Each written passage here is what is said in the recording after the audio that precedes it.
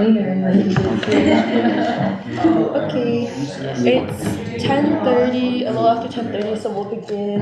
But I'll let her chatter stop.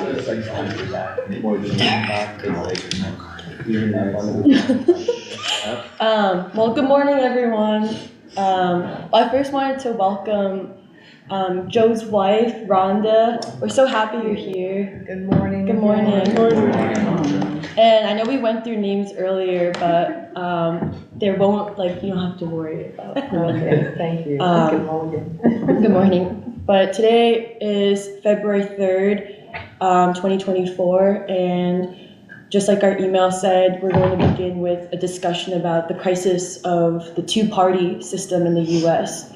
And whether the system can be reformed or not. So without further ado, I'll pass it to Doc. Thank you very much, everybody. I was thinking, I just hope people are not getting tired of me talking too much, Never. I really do, and I just really appreciate you all's patience with me. But it seems like this is the role that I have to play, at least in starting off conversations for us. So thank you all very much for putting up with me, believe me.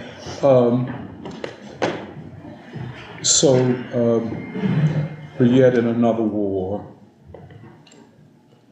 which might be worse than the other ones that we've been in over the last 30 years. This is part of the widening war in the Middle East, or really Western Asia. And this is a victory, political victory for Netanyahu and the Nazi elements of Israel. This is a very dangerous time. The ideological and political preparation is underway for a full-scale war with Iran, which means a war not just with Iran, but with the allies of Iran, including Russia and China, not to mention the axis of resistance in the Middle East, or really Western Asia.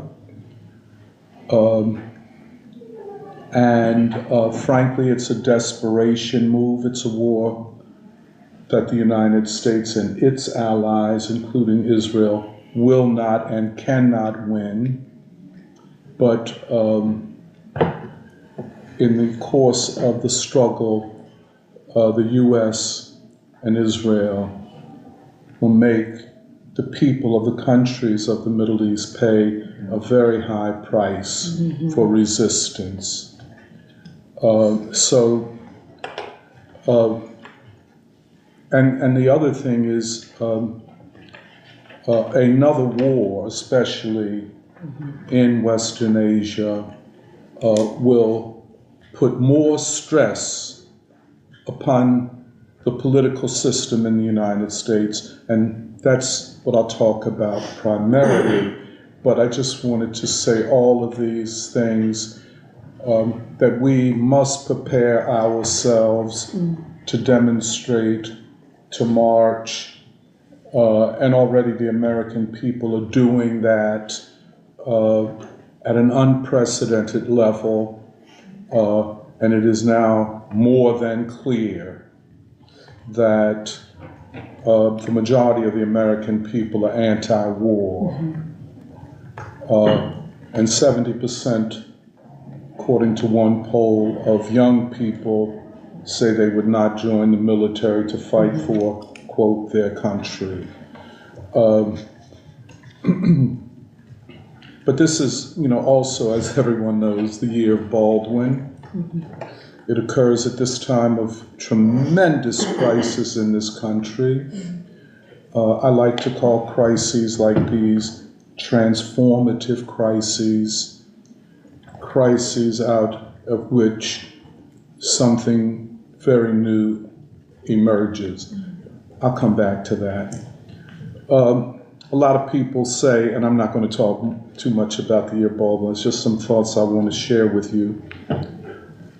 A lot of people say, well, what is revolutionary about reading? What is revolutionary about reading James Baldwin? For they would say, after all, isn't he just another petty bourgeois writer and novelist? Wasn't he another traumatized gay man? And on and on and on.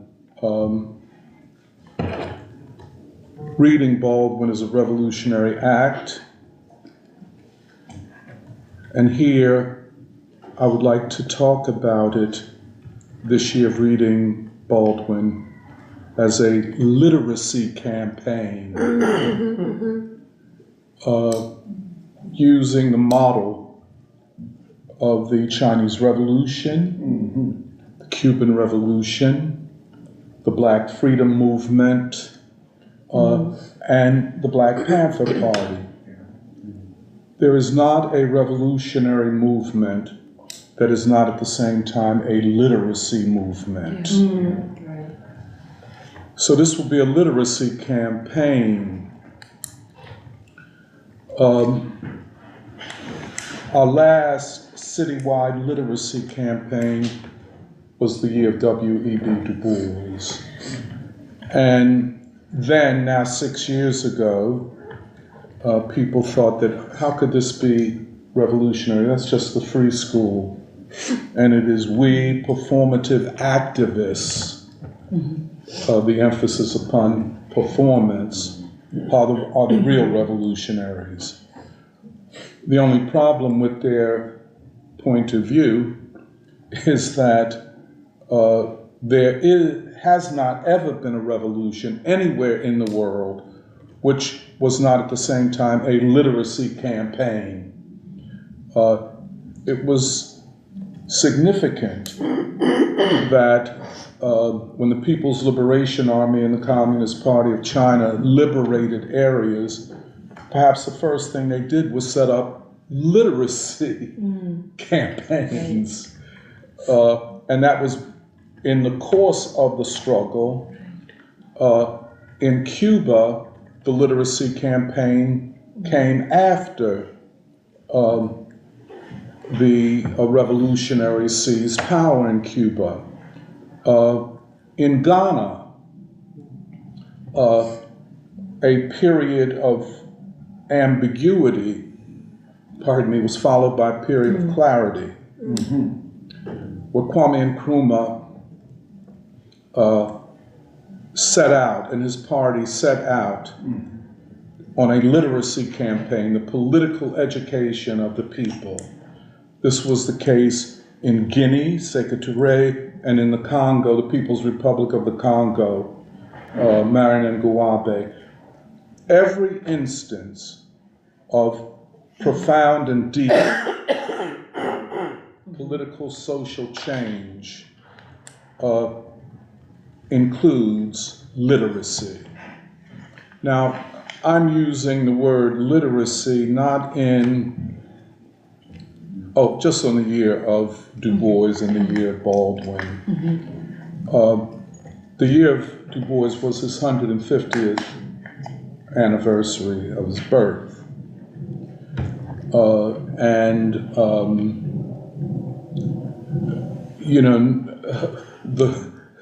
The radicals were not interested. But the fact of the matter is, I don't know of any group of people that has ever taken on a literacy campaign in the name of one of the great revolutionaries of American recent history. And certainly in this year of Baldwin, you have a lot of people who are going to carry out various events and talk about Baldwin. They already are, their podcast and other things. But no one is talking about using Baldwin and his body of work, his spectacular body of work, as the basis of a literacy campaign to elevate the political consciousness of the people at a time of crisis. I think we were the only ones that did it in the year of Du Bois, and we're the only ones doing it in the year of Baldwin. And I think the fact that we are connecting it as a literacy campaign indicates the seriousness with which we take Baldwin as a thinker and as a revolutionary thinker. I just want to define what I mean by literacy campaign and what I think was meant by the people that I talked about, the revolutionary movements that I spoke about. A literacy campaign is not just to teach people to read. It is to teach people to understand what they're reading. A literacy campaign introduces people at the level that they're on to grammar and logic, to words and their meanings, to what words mean in certain connections, certain logic, and what they mean in opposite ones. It is a way of developing what is necessary for ordinary people, critical thinking, as well as a body of work that relates to their experiences and from which they can draw conclusions about the future. So literacy campaigns, and I put quotes around this, are not what you would get in a government program or in a public school or even a charter school or private school or university.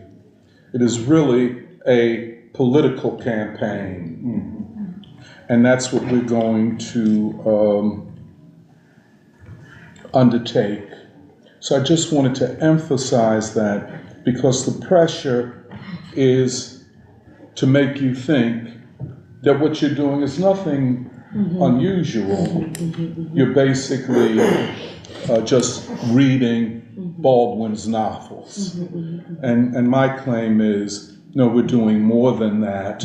And in fact, if you want to understand what we're doing, see it as a literacy campaign in the form that it took in Cuba, or the form that it took in China in the period of resistance, and the forms that it took after the seizure of power.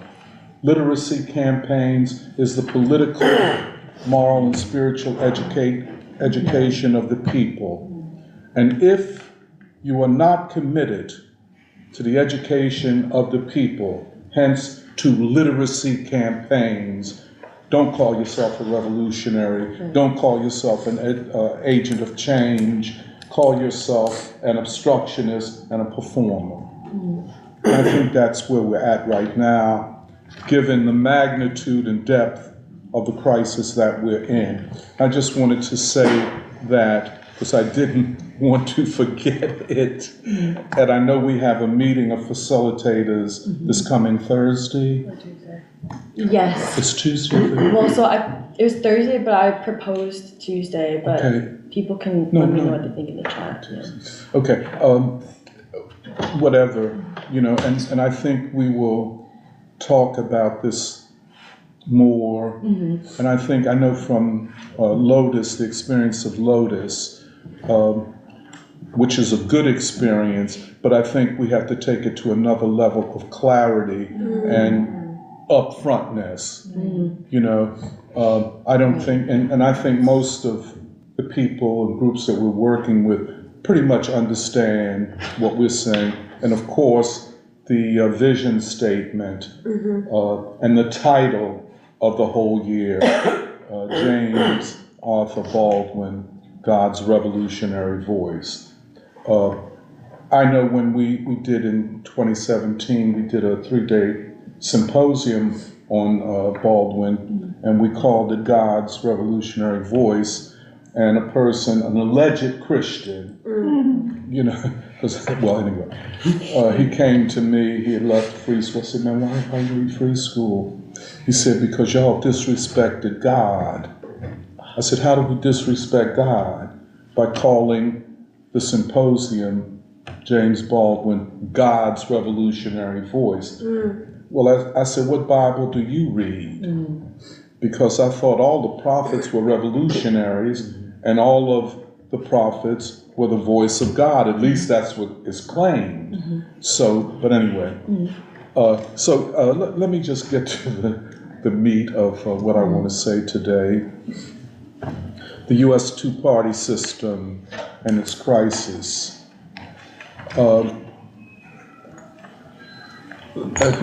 Let me just preface it with these words. The barrenness, the emptiness, the childishness of much of what passes for, quote, Marxism-Leninism, quote, revolutionary theory, does not understand in any way the nature of the political system that they claim to oppose. They have no idea how it works. They don't study it. They don't reference it.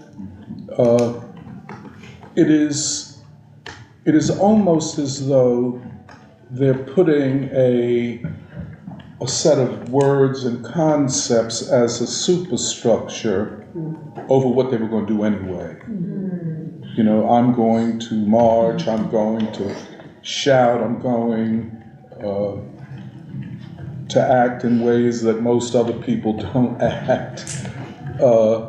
I'm going to disavow any relationships with the people, especially with black folk. And, you know, that's the big question mark every time. How can you claim to be a revolutionary and have no connection to the history of black struggle, and especially to what we have called the Third American Revolution? And how can you disparage Martin Luther King in the name of your revolution? But what I'm trying to say is that so much of what they do is a superstructure justifying what they would have done anyway. So it's not serious from the standpoint of theory, philosophy, ideology, or history. It's not serious, and so on.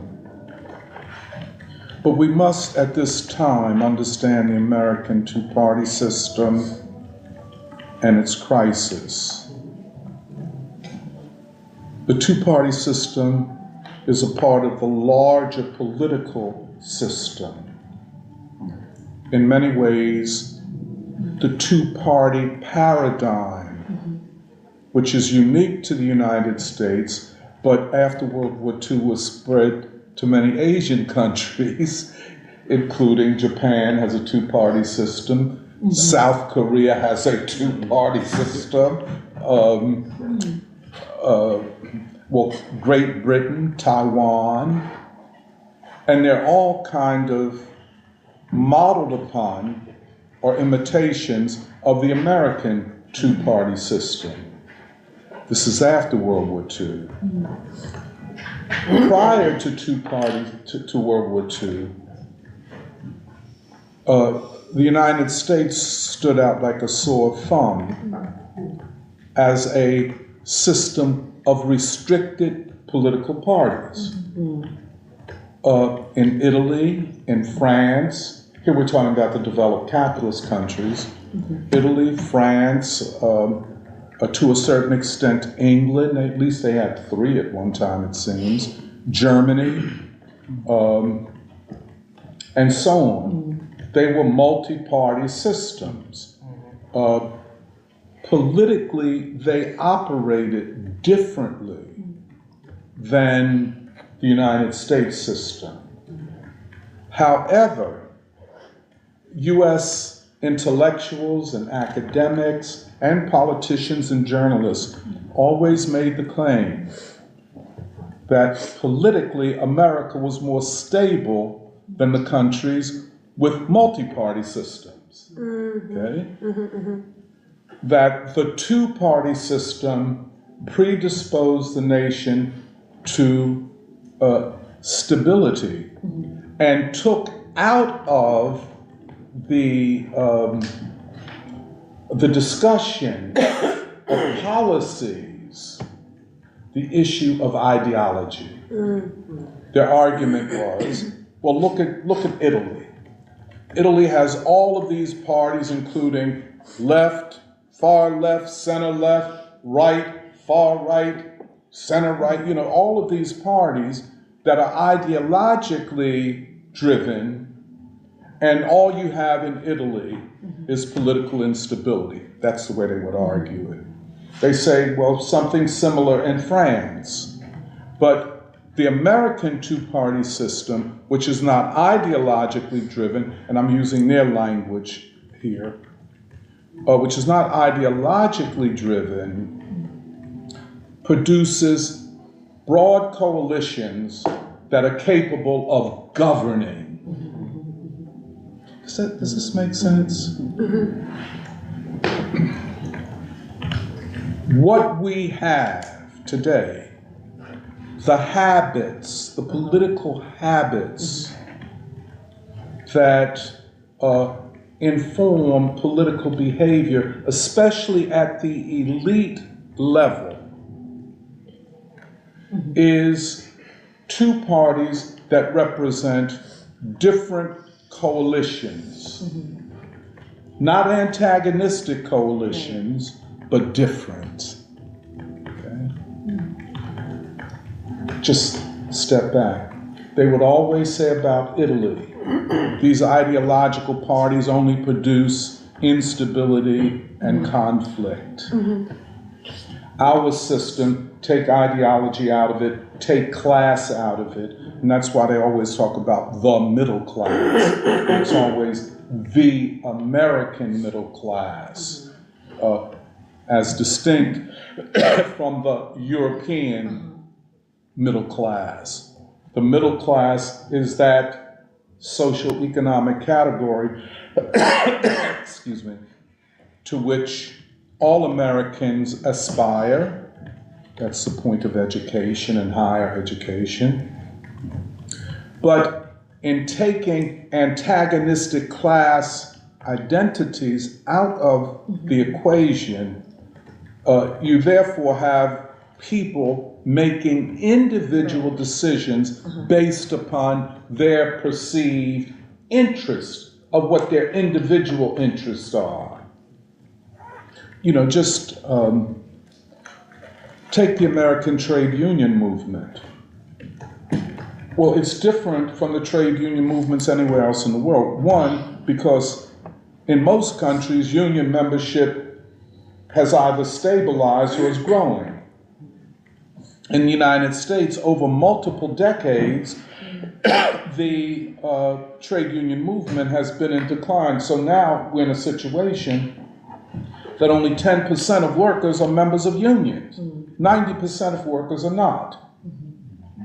At one time, however, leaders of the union movement and leaders of the Democratic Party and elites in the political system would say, well, look, isn't this a good thing?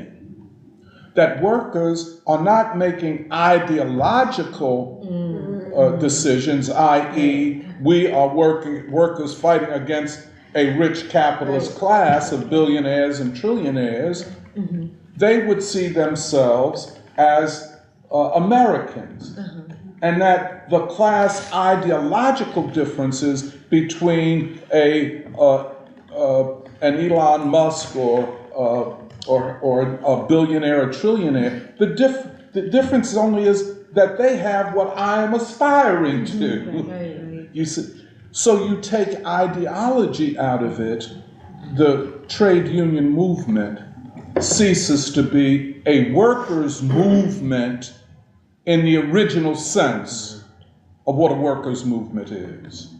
And so if you look at the history of the American trade union movement since World War II, what you will see is a set of failed decisions politically and with respect to strikes that have not served the workers well.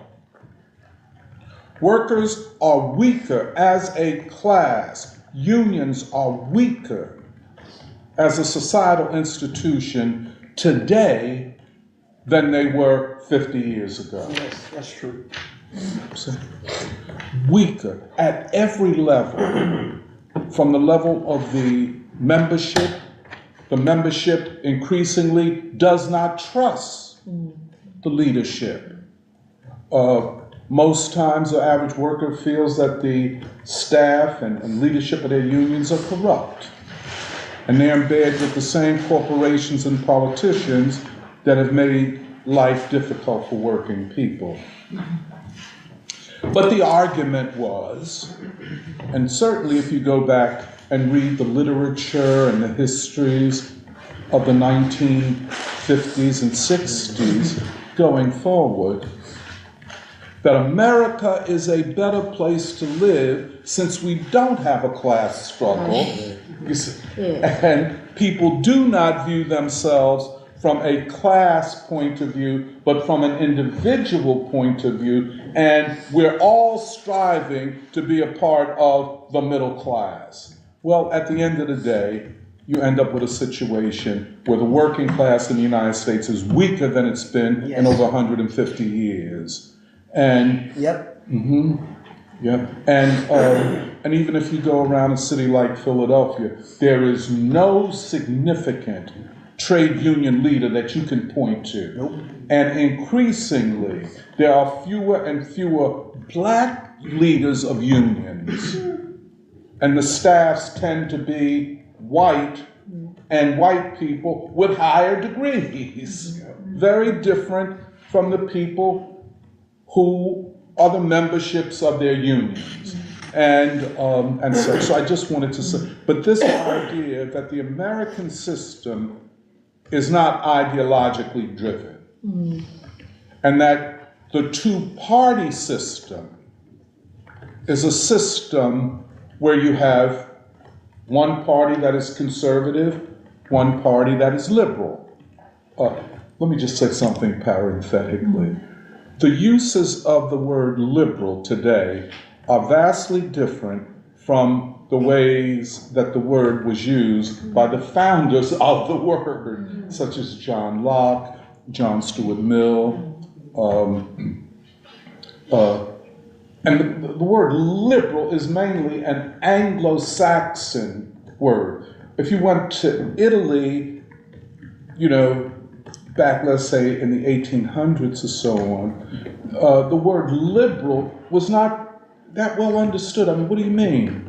I'm a socialist. I'm a conservative. I'm a member of such and such a party. But for us, the word liberal means a number of things, among them tolerant, democratic with a small d, a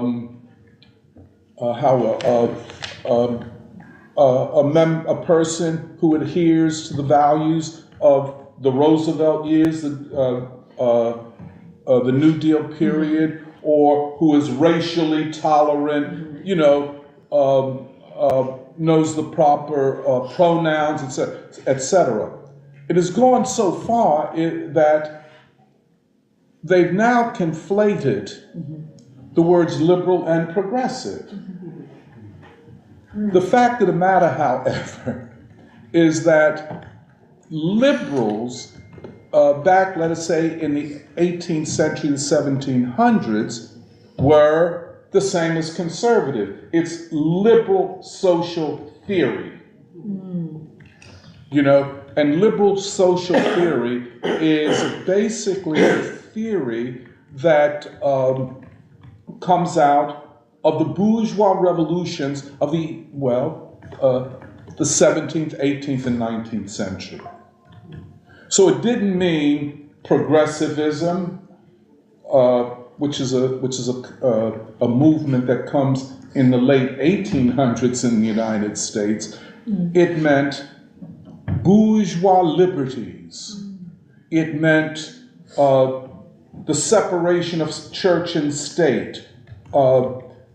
It meant all of these things. It didn't mean you were against slavery, you know, but it meant that in the country that you were in and the struggle that you were in, that you were an adherent of individual rights. The bourgeois revolutions. And I wish to underline this because this ahistoricism, where people don't even know what the hell they're talking about. We are not talking about the 1960s definition of liberals. You know, because you can be a liberal and still be for war. You can be a liberal and a Zionist. You know what I'm saying? It's like riding a horse, two horses going in opposite directions. Well, what are you? Well, I'm going to come back to that because there's an interesting essay that appeared in the New York Times yesterday by Ezra Klein, where he talks about the identity crisis of the Democratic Party. But I'll come back to that.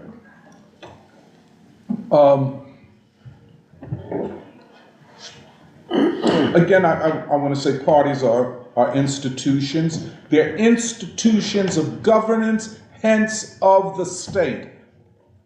This is very important because we're going to talk about the one-party state. Okay?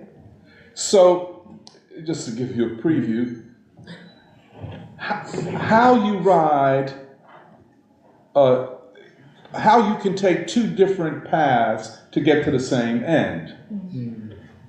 You know, like advocates of the two-party system say, well, we're superior to the multi-party system, but then we're superior to the one-party state system, i.e. Cuba, China, North Korea, etc. Okay? And then they'll come and say, well, India is the largest democracy in the world. You know what I'm saying? And it has elections. And they say, well, China is authoritarian because they don't have elections. Well, they do have elections, by the way, but it's a different kind of election, and the election functions differently. But what I am saying is that a two-party system, a one-party system, or a multi-party system are all forms of governance of a large population or of a population politically, and all political institutions, no matter what the society, the political form of the society, whatever, are about the state. The government and the state, they're not the same. They are not the same. And so, you know, people go to a shorthand thing and say, well, the government, you know, and it's good for the ruling elite that controls the state that they don't have to discuss the state. We're just discussing government and government policy. And if that's the issue, or the only issue, then, well, a two-party system works. Now, let me give you an idea of what the makeup of the parties are. I'd say it a couple times, and I said, oh, I was wrong, that there was one great political realignment in the 20th century. No, there were two. The New Deal and the Civil Rights. There were two great political realignments. In the New Deal period, Franklin Roosevelt and so on, the realignment also meant the refashioning of the Democratic Party. The Democratic Party is the oldest party in the United States, probably the oldest party in the world, certainly the modern world. It comes out of the American Revolution. It's a party founded by Jefferson, by the way. It was known as the Democratic Republican Party. There was one other party, the Federalist Party, and that was a more conservative, but in the sense of liberal theory, same party. Now, but when did parties take on the role in political life and society that we now are accustomed to associating with them? Well, the great change was the French Revolution. And in the course of that great revolution, parties were formed. The whole idea of the left and the right comes out of the French Revolution. That, and that's the way they configured themselves in the parliament. The left, on the left side of the parliament, the right on the right side. The rightists tended to be more in support of the monarchy and its return. The left, and there were various parties on the left who stood up for a deeper revolution, including among them communards and Jacobins, both of whom either stood for communism in whatever way they understood it, or some form of deep-going revolutionary change. And by that they meant, in one another way, the complete elimination of the ruling class and every vestige of power that they held on to, including the church, the calendar. They had a different calendar, revolutionary calendar. So if somebody says the Jacobins, that's a heritage that needs to be embraced, even over here. Because they were for a consistent, thoroughgoing democratic revolution. Do away with the medieval system, the aristocrats, the landlords, the priests, the church, and seize their property and use it for the people. That's what they taught. This is back in the 1780s. The other example of that kind of thoroughgoing revolutionary position was the Haitian Revolution.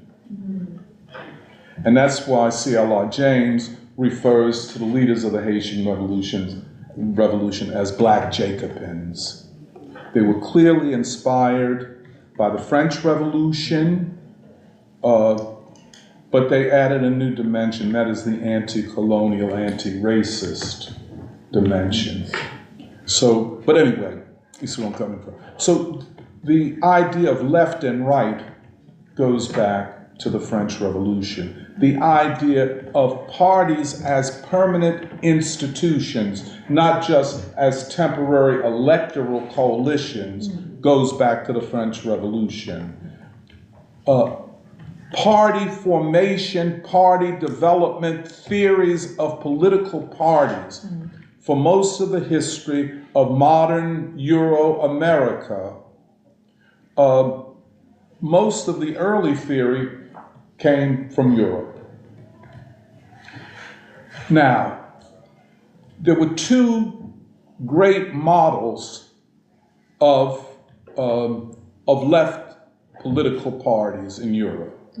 I think you'll find this interesting, and if not a metaphor, perhaps ironic at least.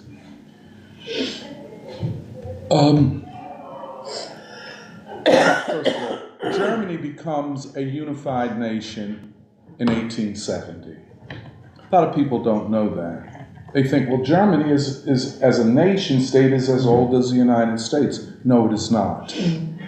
That is why, have you ever heard when they talk about Hitler, the Third Reich? Do you know what the word Reich means in English translation? It doesn't mean regime. Kingdom? No, it means empire. So Bismarck united the German states into one nation state and called it the First Reich. But not, and so Bismarck ruled from above. There weren't developed political parties, if any political parties, when the German nation is formed. However, and this is the key thing, influenced by the writings of Karl Marx, a German who had to live in exile, by the way, in England, a party known as the German Social Democratic Party was formed. It became the largest Marxist party, not just a socialist party, but the largest Marxist party in modern history. That is, a party outside of one that has state power. So the model for everybody else was the German party. But the other great party, which was a small underground party, was the Bolshevik party and Lenin. So these two opposite parties become the models for European parties going forward.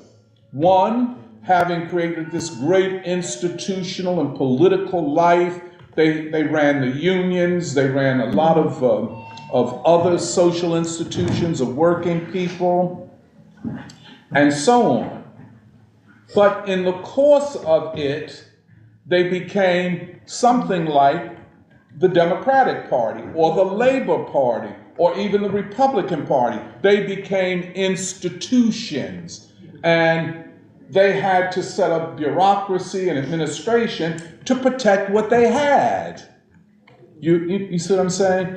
Whereas the Bolshevik Party, which never had that opportunity to exist in a broadly democratic society, they had to operate from underground, had no second thoughts about the only solution politically is a revolutionary one.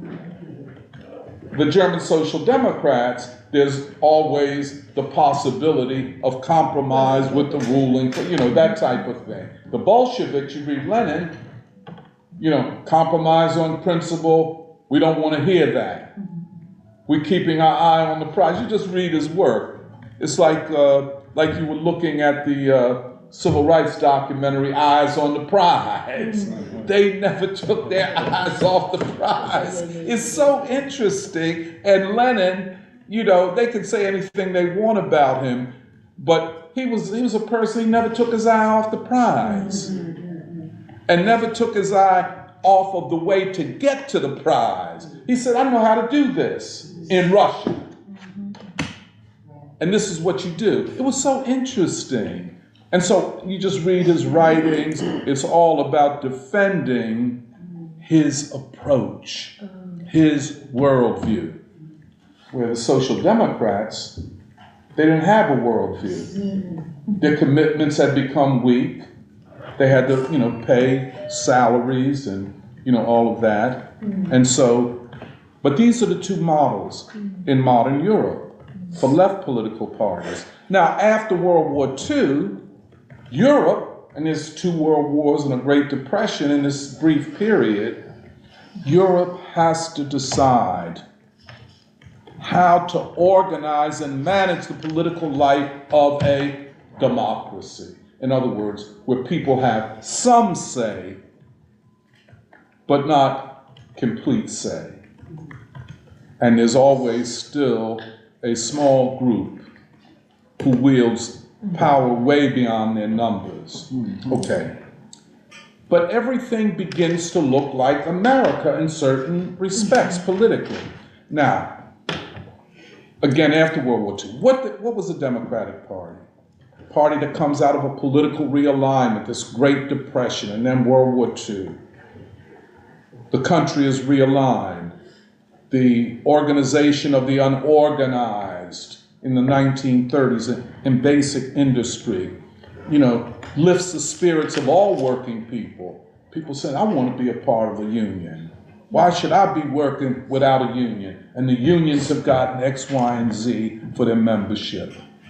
So you had coming out of World War II, an upsurge of union organizing. And I've said this before, one time in Philly, everybody worked, damn near, and everybody that worked was in a union. I mean, it was just, this thing of people walking around working, ain't got no union, that was just like something you couldn't imagine. And talking about unions and union matters was a regular conversation in church, around the dinner table, in the bar, wherever, beauty parlor. People talked about unions and such. There was this great upsurge. And then the civil rights movement, and then doing what the labor movement had been unsuccessful in doing, organizing the South. One of the great achievements for this country of the civil rights movement was the union organizing of the South. Okay, so the Democratic Party, which had been the party of slavery, the party of conservatism, as opposed to the Republican Party founded in 1854, which is the party of Lincoln, the party of anti-slavery, the party of emancipation. The Democratic Party, by the time of the New Deal, is two parties. It's a northern, urban, primarily working class party, and then it's a southern party, a segregationist party. Dixiecrats. Right. That's right. So you had these two parties competing with each other. But the Great Depression kind of resolved the question partially. It was not completely resolved until the Civil Rights Movement. And once black people in the South could vote, this exclusivity of a white party, the Democratic Party in the South, was done away with. Okay? It could not survive the pressure of the black vote. We'll come back to that, the black vote. Yeah. Always pivotal. You know, even when it don't seem to be pivotal, believe me. Even like I said, I become impatient, but always pivotal. So coming out of the Great Depression, the Democratic Party is based upon an alliance of labor and black people and the impoverished of the rural areas. Okay? New Deal policies lifted everybody, gave us the right to organize, Social Security, the beginnings of a new social contract between the governing class and the people. I want to make that point. A new social contract, or social contract where there had not been one. Now, the thing of the civil rights movement is to make the social contract, in other words, the social contract the rulers have with the people, black people had been excluded from that. Whatever social contract evolved, it didn't include black people. Can you imagine?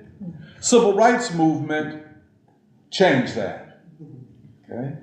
But even with the New Deal alliance, the New Democratic Party, black people were still not a part of the social contract.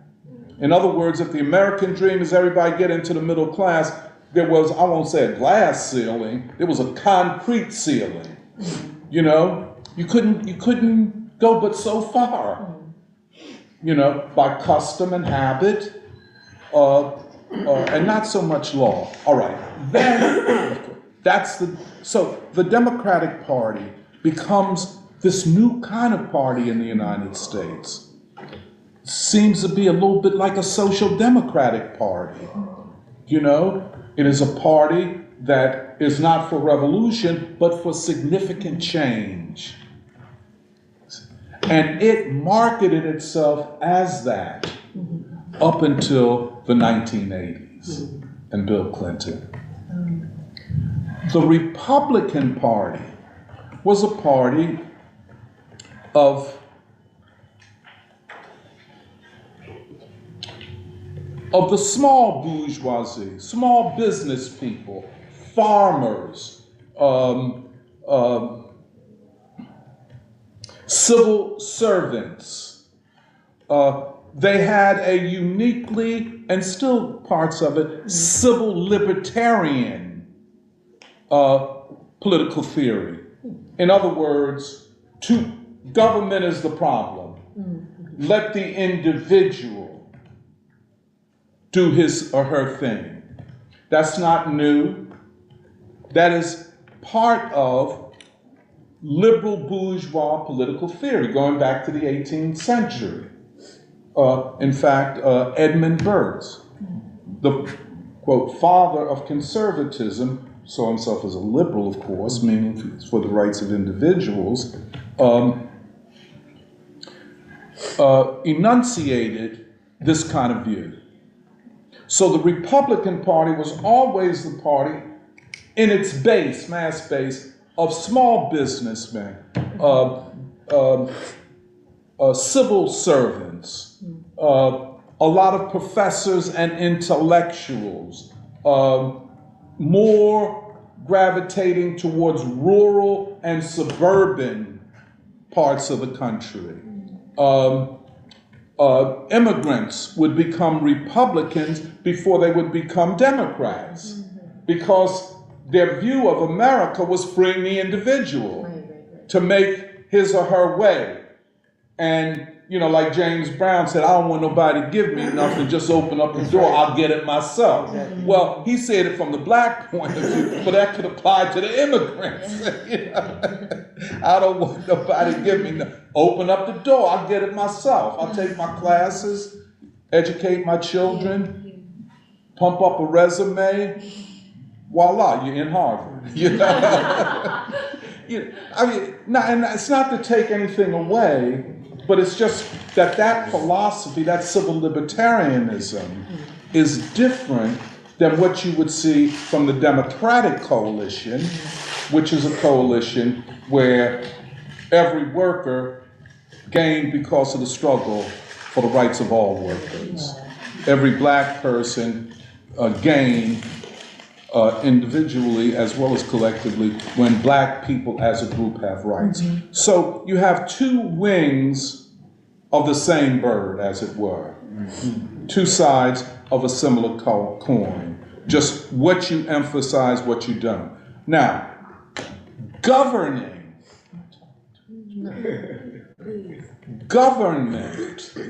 is always a great problem in the modern world. I don't care whether you're in North Korea, Cuba, China, United States, Great Britain, India. Governance is more difficult than getting elected. Now, government is predicated upon the assumption of a state which is unseen, unheard, not a part of the discourse, at least obviously, but has to exist if other political processes are to go forward without falling into chaos and revolution. The state.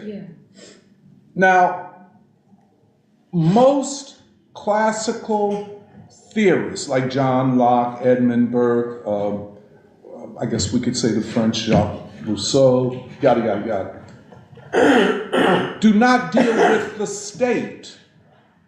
They deal with government and how the rights of individuals must be protected by the law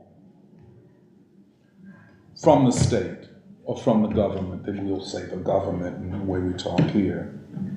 But the state is a necessary assumption if politics is to go forward. I don't care whether you're in the People's Republic of China or the United States of America.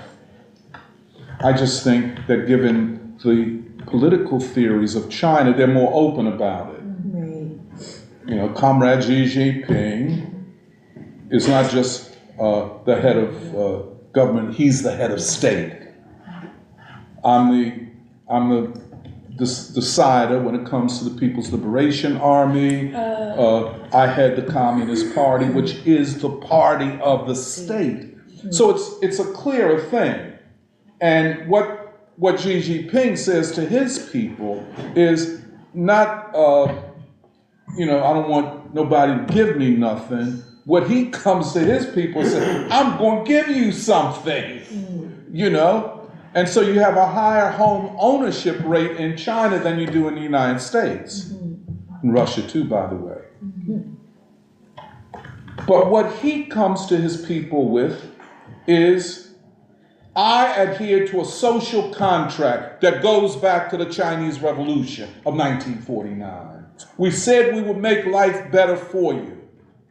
And we have. And we will keep that promise. And this is Xi, if the party does not fulfill its promise to the people, it should be cast out.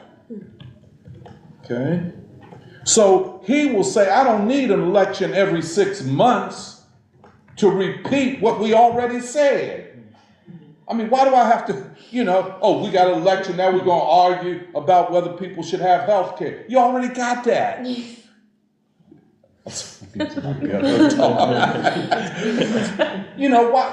Why do we have to go through this every 4 years? Let's get on with the next set of questions. In the United States, and this is why, quote, discourse theories become so prominent, what we do here, we will talk every issue to death and never resolve one issue. But this is supposed to be a measure of democracy, that we just talk everything to death and never get anything done. Let me get to it. The system is experiencing crisis and turbulence, the political system, the likes of which we've not seen. The thing about the 1930s is you had a leader, Franklin Roosevelt, you had the party, the Democrats, which increasingly supported his more or less radical, quasi-socialist proposals to make life for working people better under capitalism, which then takes the question of capitalism off the table and makes the center of discourse improving our lives, my children will do better than I did, and all that type of thing. But then the exigencies of the economic system came to bear. For example, to keep, as they say, the ship of state afloat, the United States has had to go into tremendous borrowing. That is, the government or the state borrowing money to finance the operations of the state. And hence, these huge deficits. In the case of the United States, it's up close to $35 trillion. We're not talking about the overall debt in society, which is far above 100 trillion, But this government debt, which cannot be paid off really, and if it is not paid off, the U.S. government goes into bankruptcy or default, by which borrowers, well, let's start with the big one, Japan and China, interesting, Asia financing America, stop buying U.S. treasuries, stop loaning money to the United States because they say you are a bad borrower. Okay, that's one thing. Then, of course, and probably more important than that, and interconnected with it, is the question of U.S. empire. What we could better call Pax Americana, going back to Pax Romana, Roman Empire. The peace dictated by the United States. So when Biden comes talking about we're operating out of a rules-based system. So everybody said, whoa, man, does that clash with international law? And if so, what is first? Well, Biden and them say, well, the rules-based order. The system that we design, that we enforce, etc. So the Russians say, well, we don't acknowledge the rules-based order. And in fact, in the United Nations, don't nobody talk about the rules-based order. They talk about the Convention Against Genocide. I can't go to the International Court of Justice and say, I'm making an argument based upon the rules-based order. People say, well, what you talking about? You know, you have to come with law. And the rules-based order is not a set of laws. It does not have a jurisprudence. You did what I'm saying? There is no body of decisions and debates and all of that, court cases and so. You ain't got that in the rules-based order. So the rules-based order is nothing more than the enforcement of what is called the Pax Americana, the peace imposed upon the world by the Americans, and hence the need and inevitability of a huge military and keeping a population ready for war at any time. I don't care how long y'all gonna live in this society, unless there's some deep changes made, all you're gonna hear throughout your life, as we have heard throughout our life, war, war, and war. Always the top, children are hungry in Southwest Philly. Oh, that ain't important. We got to go to war. You know what I'm saying? The sewer system ain't working, or the water system is messed up in Flint, Michigan. Oh, that ain't no big thing. We got to prepare for war with Iran. That's all, my whole fucking life. Excuse me.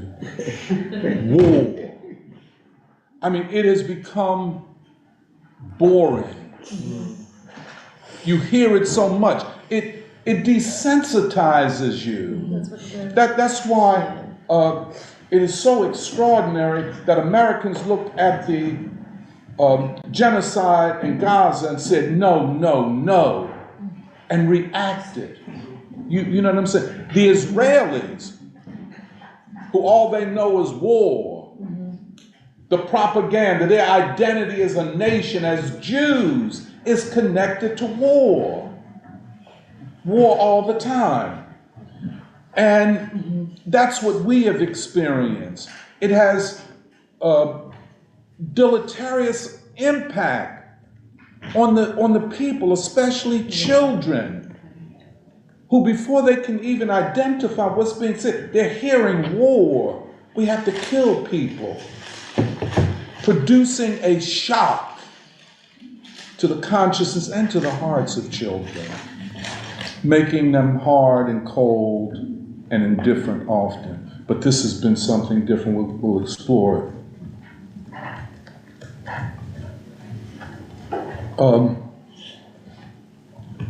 This crisis is produced again by the economic policies of the government and the need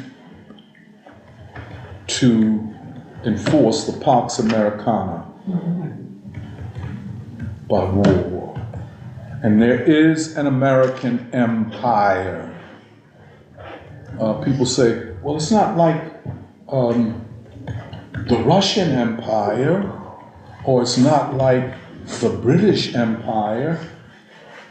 Well, one word could have different instances that verify it or give it concrete meaning. In other words, just because the American empire don't look like the British Empire, Britain occupied all the countries it controlled. United States only occupies a couple places like Puerto Rico, and maybe some islands, Micronesia, something like that. But how do you rule without occupation? Well, check out the Americans. Ingenious system of neocolonialism, indirect rule. You know, and you base it on this. Your population has to eat, right? Yes, they do. I'm talking about when they go to a country, let's say Indonesia. Your people got to eat. Yeah. Well, either you go along with what we're telling you to do, or your people ain't going to eat. And if your people can't eat, I don't know how long your life is going to continue, because they're going to overthrow you and maybe assassinate you. Or if you put up a resistance, like let us say the Cubans, we are not going to give up. We're going to develop a revolutionary culture of resistance. Well, we're going to sanction you forever and then do everything we can to assassinate your top leader, Fidel Castro. Or take Kwame Nkrumah in Ghana. See the point? He writes the book Neocolonialism. He lays out the game plan, the way it operates in Africa, okay? And the Western intelligence services said, you wrote a book like this? Now we got to overthrow you and feel glad that we didn't assassinate you. Or you take, because Ghana's a small country, or you take Patrice Lumumba in the Congo. Oh, you a socialist? You're a dead man. And they assassinated him. But it is the system of destabilizing countries and making life almost impossible for them. What Israel is doing in Gaza and the rest of Palestine is not new. King Leopold did it in the Congo. Of course. You know what I'm saying? The British did it in India. Somebody told me, he said, I don't know whether it was you. How about Tasmania?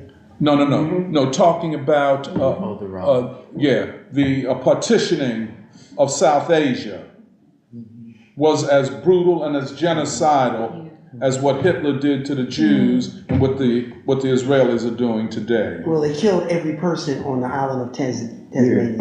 Every person. The English. Right. Yeah. See, and so the system of indirect rule backed up with the largest, most lethal military ever known to man. Now, at some point, the chickens come home to roost. You can't do this forever. No country, even the United States, cannot afford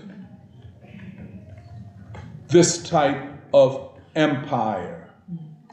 You can't have guns and butter, as they used to say. You either going to live up to a social contract where the people have what they need, or you're going to have this military state, this empire. So the system is in crisis. They tried to sweep it under the rug. Bill Clinton refashioned the Democratic Party in the late 1980s and 1990s, making the Clintons the most powerful political machine within the Democratic Party. They abandoned, that is Clinton. As Toni Morrison said, our first black president. People say, oh, God. Yeah, that's what they call them. Well, you know, the Chicago Tribune, soon right after Obama was elected, they had an article with the headline, Barack Obama, the first Jewish president. They should have said Zionist president. You see what I'm saying? And they're right, they never lied. Yeah. They knew who he was. Black people say, oh, our first black president, this is a but they don't say that too much these days. Yeah. It's feeling like, hey man, you wasn't really down with us no way. But, so Bill Clinton's Democratic Party is a centrist party that abandoned black people and the labor movement. And then... I was going to say, would you say that NAFTA was like the... Absolutely. Yeah. Absolutely. NAFTA, other trade agreements under the World Trade Organization, and the Trans-Pacific Partnership of 2015. Yeah, oh, of course. And that was the purpose of the Trilateral Commission. And so all of this is Clinton. And we will give you symbolism.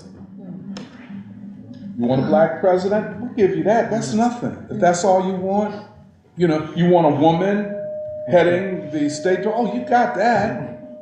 You know, women are killers too. You know, equal opportunity. Yeah.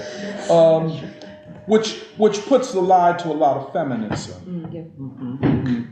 But so the Clinton policy in building the Democratic Party was symbols, identity politics, and nothing of substance.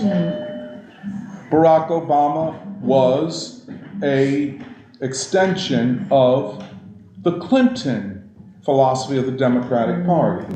He was not, people think, oh, first of all, he couldn't have done all of this that people think made him great because he was too young and too inexperienced. But that's what they want, young and dumb. So you have to listen to what we tell, and then opportunistic.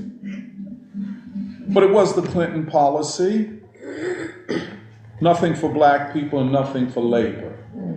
Black people got nothing from Obama. Labor got nothing.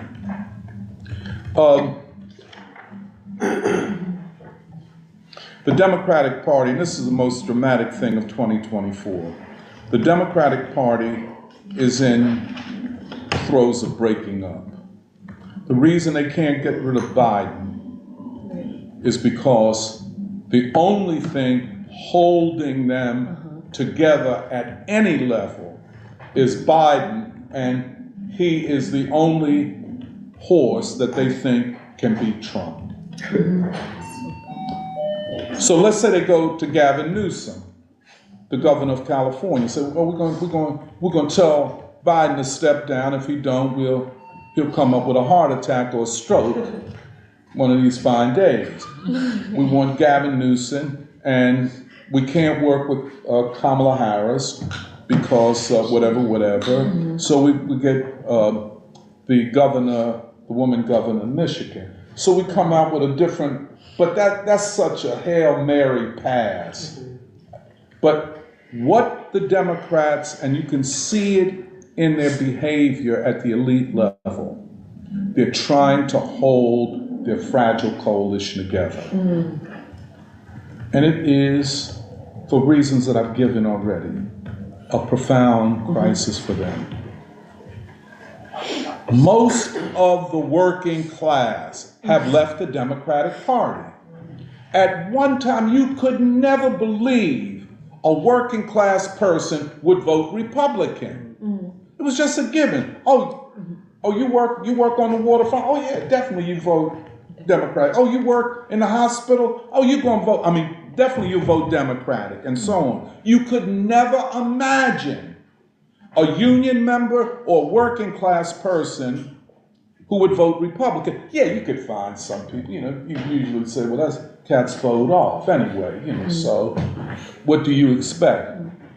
But anyway, most would vote rock solid Democrat. Now, the entire working class has left the Democratic Party. Okay? In spite of what the union leadership says.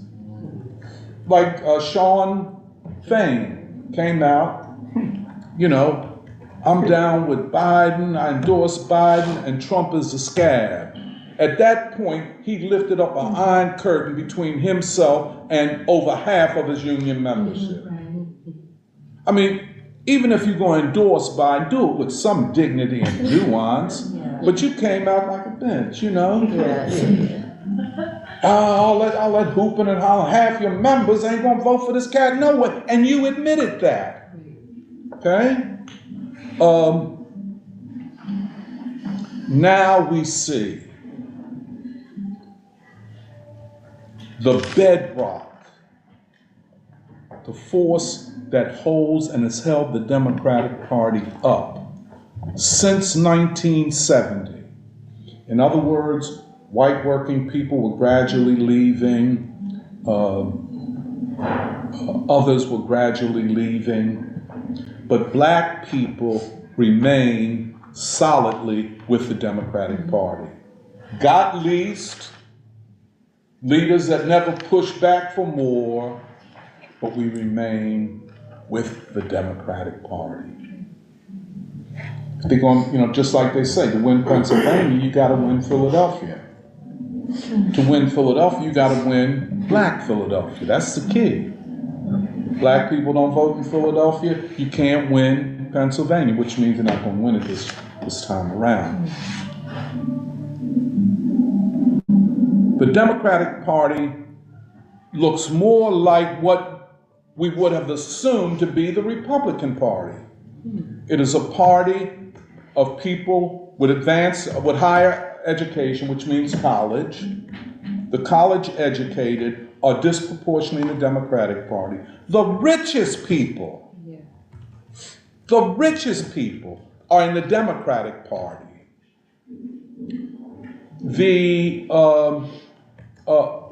Most of your small businesses and the petty bourgeoisie are in the Democratic Party. If you are a feminist, let's say you're a white feminist, which means you're more or less into pronouns, not substance. You're into pronouns.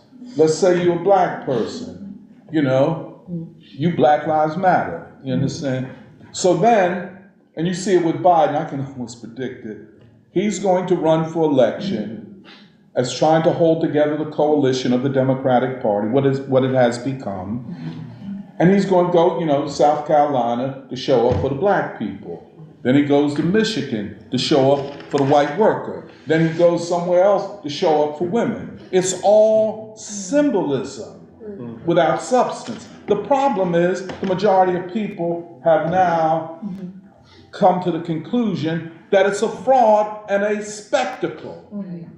You know what I'm saying? So,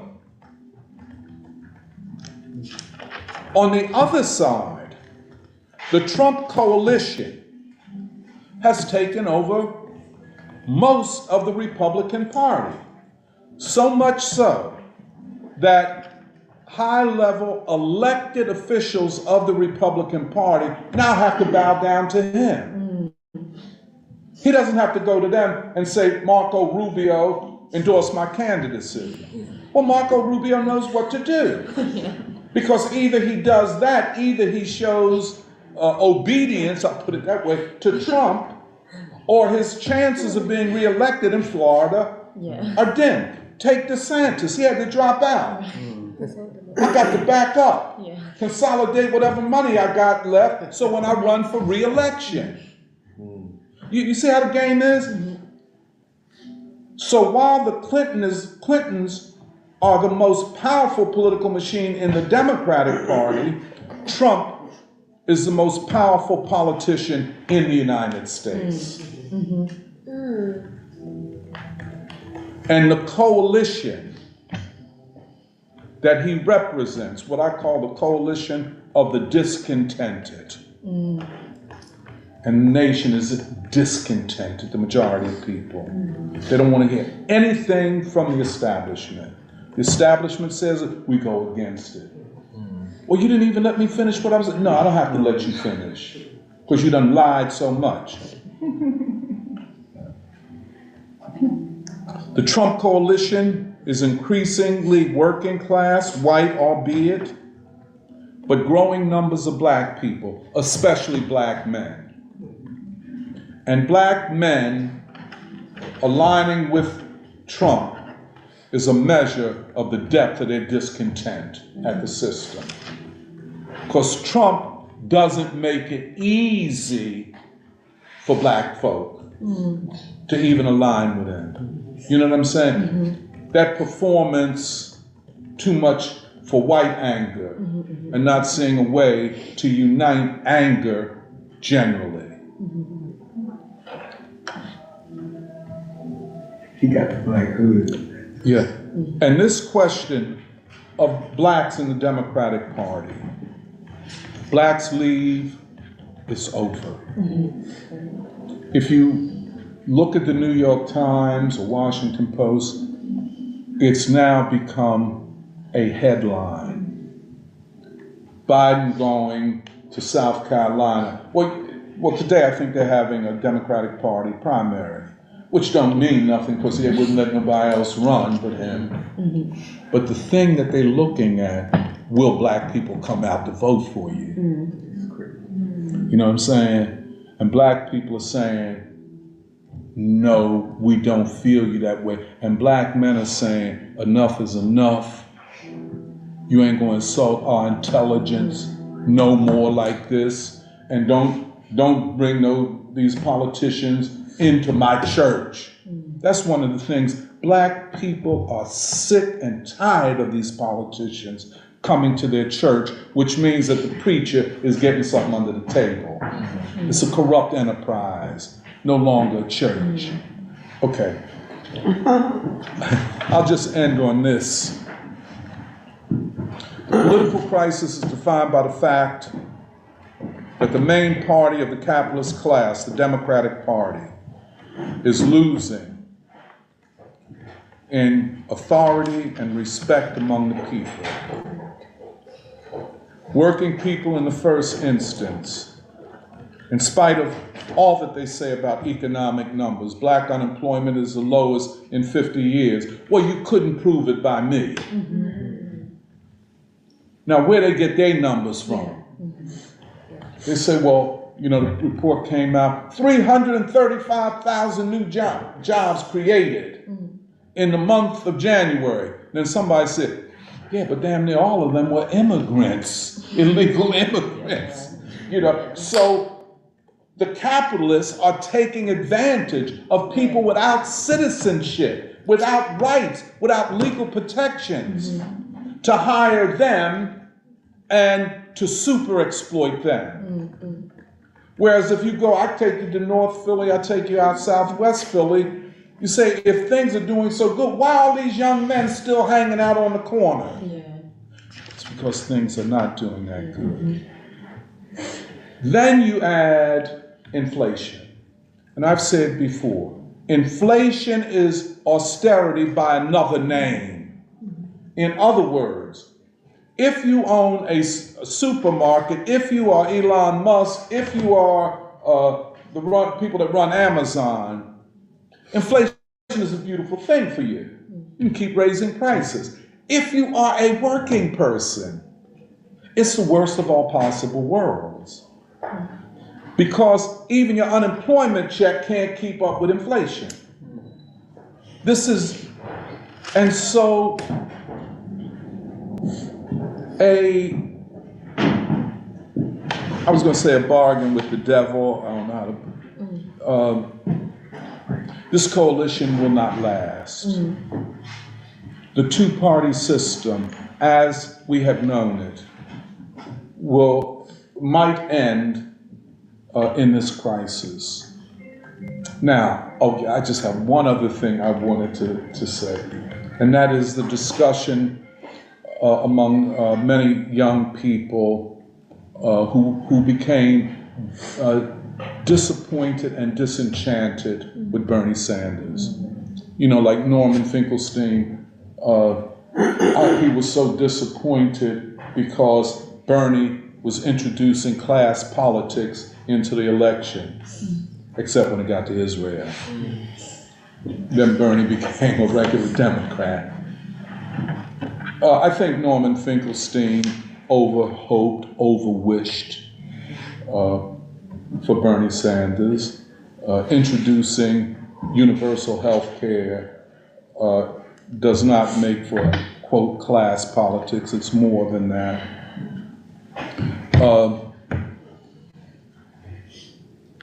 But so many young people have been searching. If not Bernie, then what? So they will say, if not Bernie, then Marxism, Leninism, and communism. So you get a lot of young people who are studying Marxism, Leninism, claim to be Marxist, Leninist, claim to be communist, and hence to be the ultra wing of revolutionary ideas in politics. And so they're spending a lot of time reading the classics of Marxism and avoiding the revolutionary classics of their own country. This is their Achilles heel. I don't care how smart you sound, you're still missing the point. And you might know by heart, every word in the first chapter of Das Kapital, just the first chapter, and not know as much as the average worker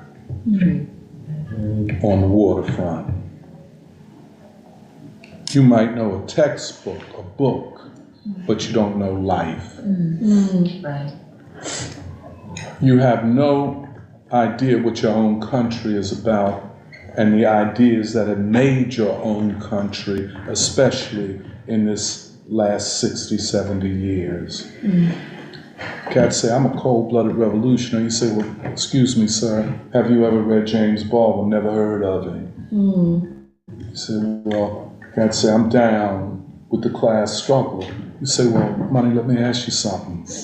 Have you ever read chapter 9 of Black Reconstruction in America, where Du Bois talked about the dictatorship of the black right? No, I never heard of that. At which point you have to say, rather than educating yourself, you're miseducating yourself. And you have no connection, sociologically or otherwise, to what is shaping your own country. You have no way of understanding it. So many have now taken to this enterprise, and it will go the way of radical feminism, of the LGBTQ movement, of Black Lives Matter, which is nowhere. Excitement and so on. But in the end, it can't go anywhere because it's so out of touch with the realities of their own country. We must achieve state power. Yes, we must. But you don't even understand the political crisis that makes it possible for the people, in the name of the people, to take state power. It's just, talk. Which raises this question, and I just put this on the table. I hope we'll be able to discuss it more. The dialectic between party and movement.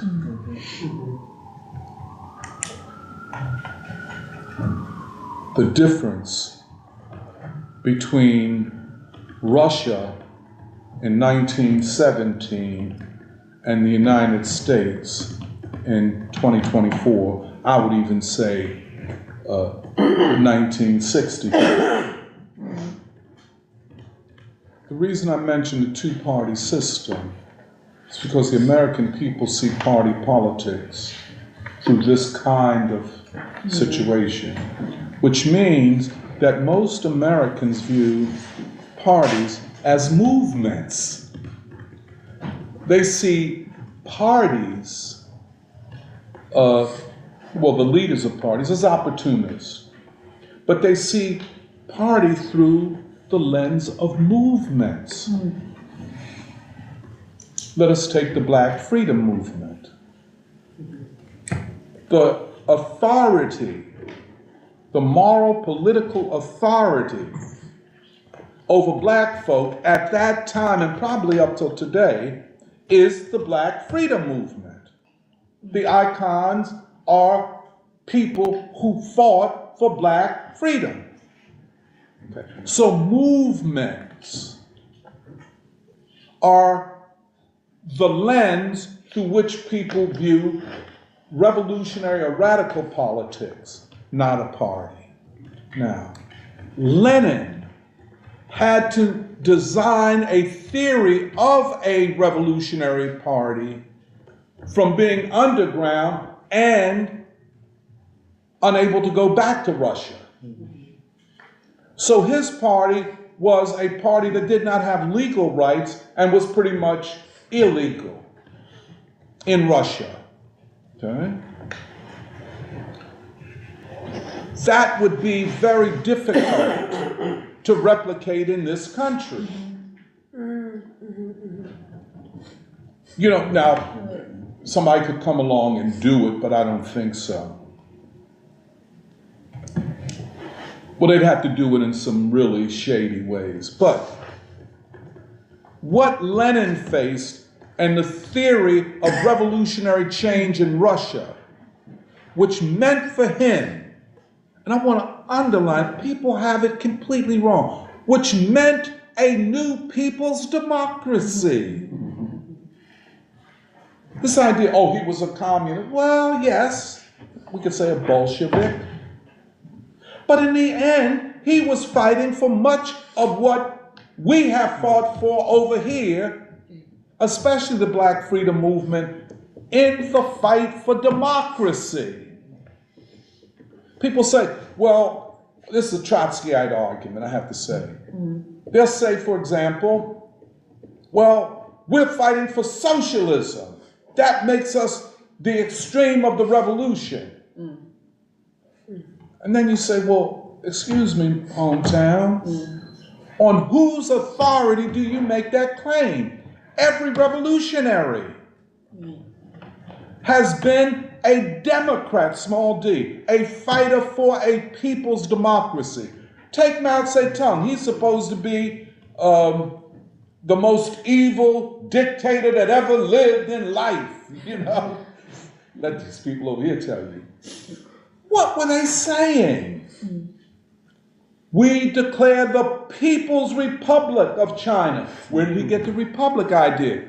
Sun Yat-sen. The first Chinese Republic, 1911.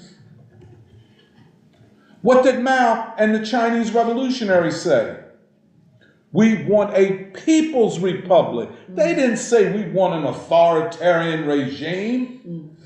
They didn't say we want a communist dictatorship. They said we want a people's republic, which meant democracy, that is rule of the people, and a social contract between the leaders and the masses of people. So this idea of I'm a revolutionary because I'm a socialist, that don't mean a damn thing. I'm telling you, the more you think about it, the more you're going to say, that's bullshit. It's obscurantism. The fight now, the fight on the planet for the last 300 years has been the fight for democracy, for the rule of the people. And once the people have power, then we can talk about the totality of crises and social problems imposed upon the people. What was Gandhi saying? Everybody gets it wrong. Why did he go to the peasantry? Why did he take off his lawyer's suit and all of that and put on, you know, what would you call what he wears? Dhoti. A goatee? Dhoti with the Dhoti, yeah.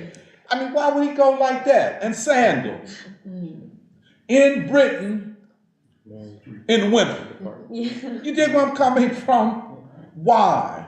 Because to win the trust of the people, he had to show that he respected the people and their customs, but it was democracy. That's what Indira was saying. You know, we will defend our democracy against those who want to overturn the mandate of the freedom movement.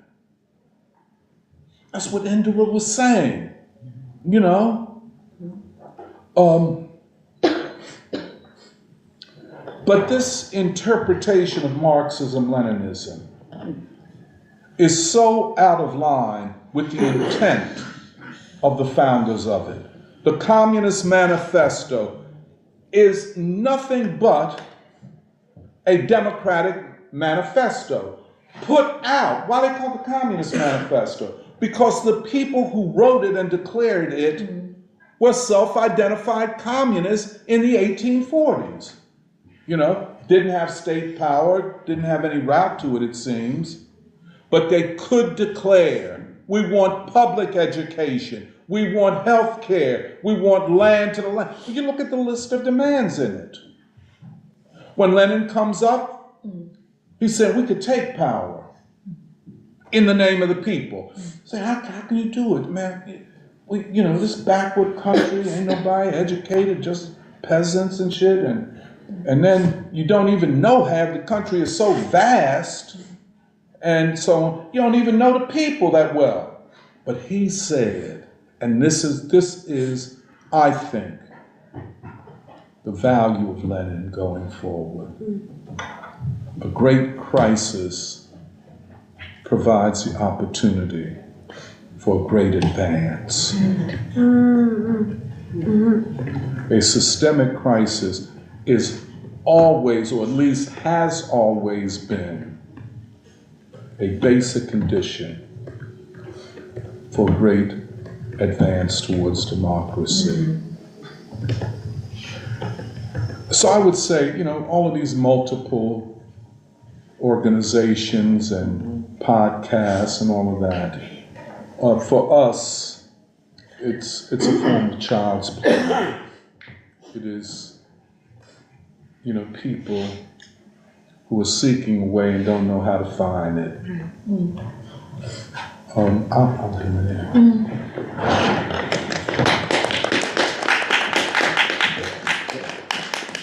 Yeah, you were talking about literacy, and that's an issue that really fucks with my mind a lot. The extreme contrast, as you know, we would look at Cuba, where there's literally not one person that's not reading literate. Now let's look at the United States. This is the lowest, no, this is the third lowest literacy rate in the United States. But now let's frame this, you know, so we can have an accurate perspective of we're dealing with. The United States has the lowest, the highest infant mortality rate in the Western world. Ransom. Hold on one minute. We're gonna get to that when we get to the Year of Baldwin. Okay. Yo, hold on. Wait a minute. Let's deal with the main thesis on the table. You just talk for an hour and a half. Yeah, that's right. Yeah, I am. And hold it, ransom. What? That's what I do in the free school. That's the job that falls on my shoulder. So your talking and my talking are not the same thing. Hold it, wait a minute, Branson, I know what you're saying, and I'm asking you. Cut certain people and certain people. I don't cut off, but I'm asking you. And out. Go, but that's your choice. Let's continue with what we're doing. The thesis on the table is the crisis of the two-party system. And what is the path forward?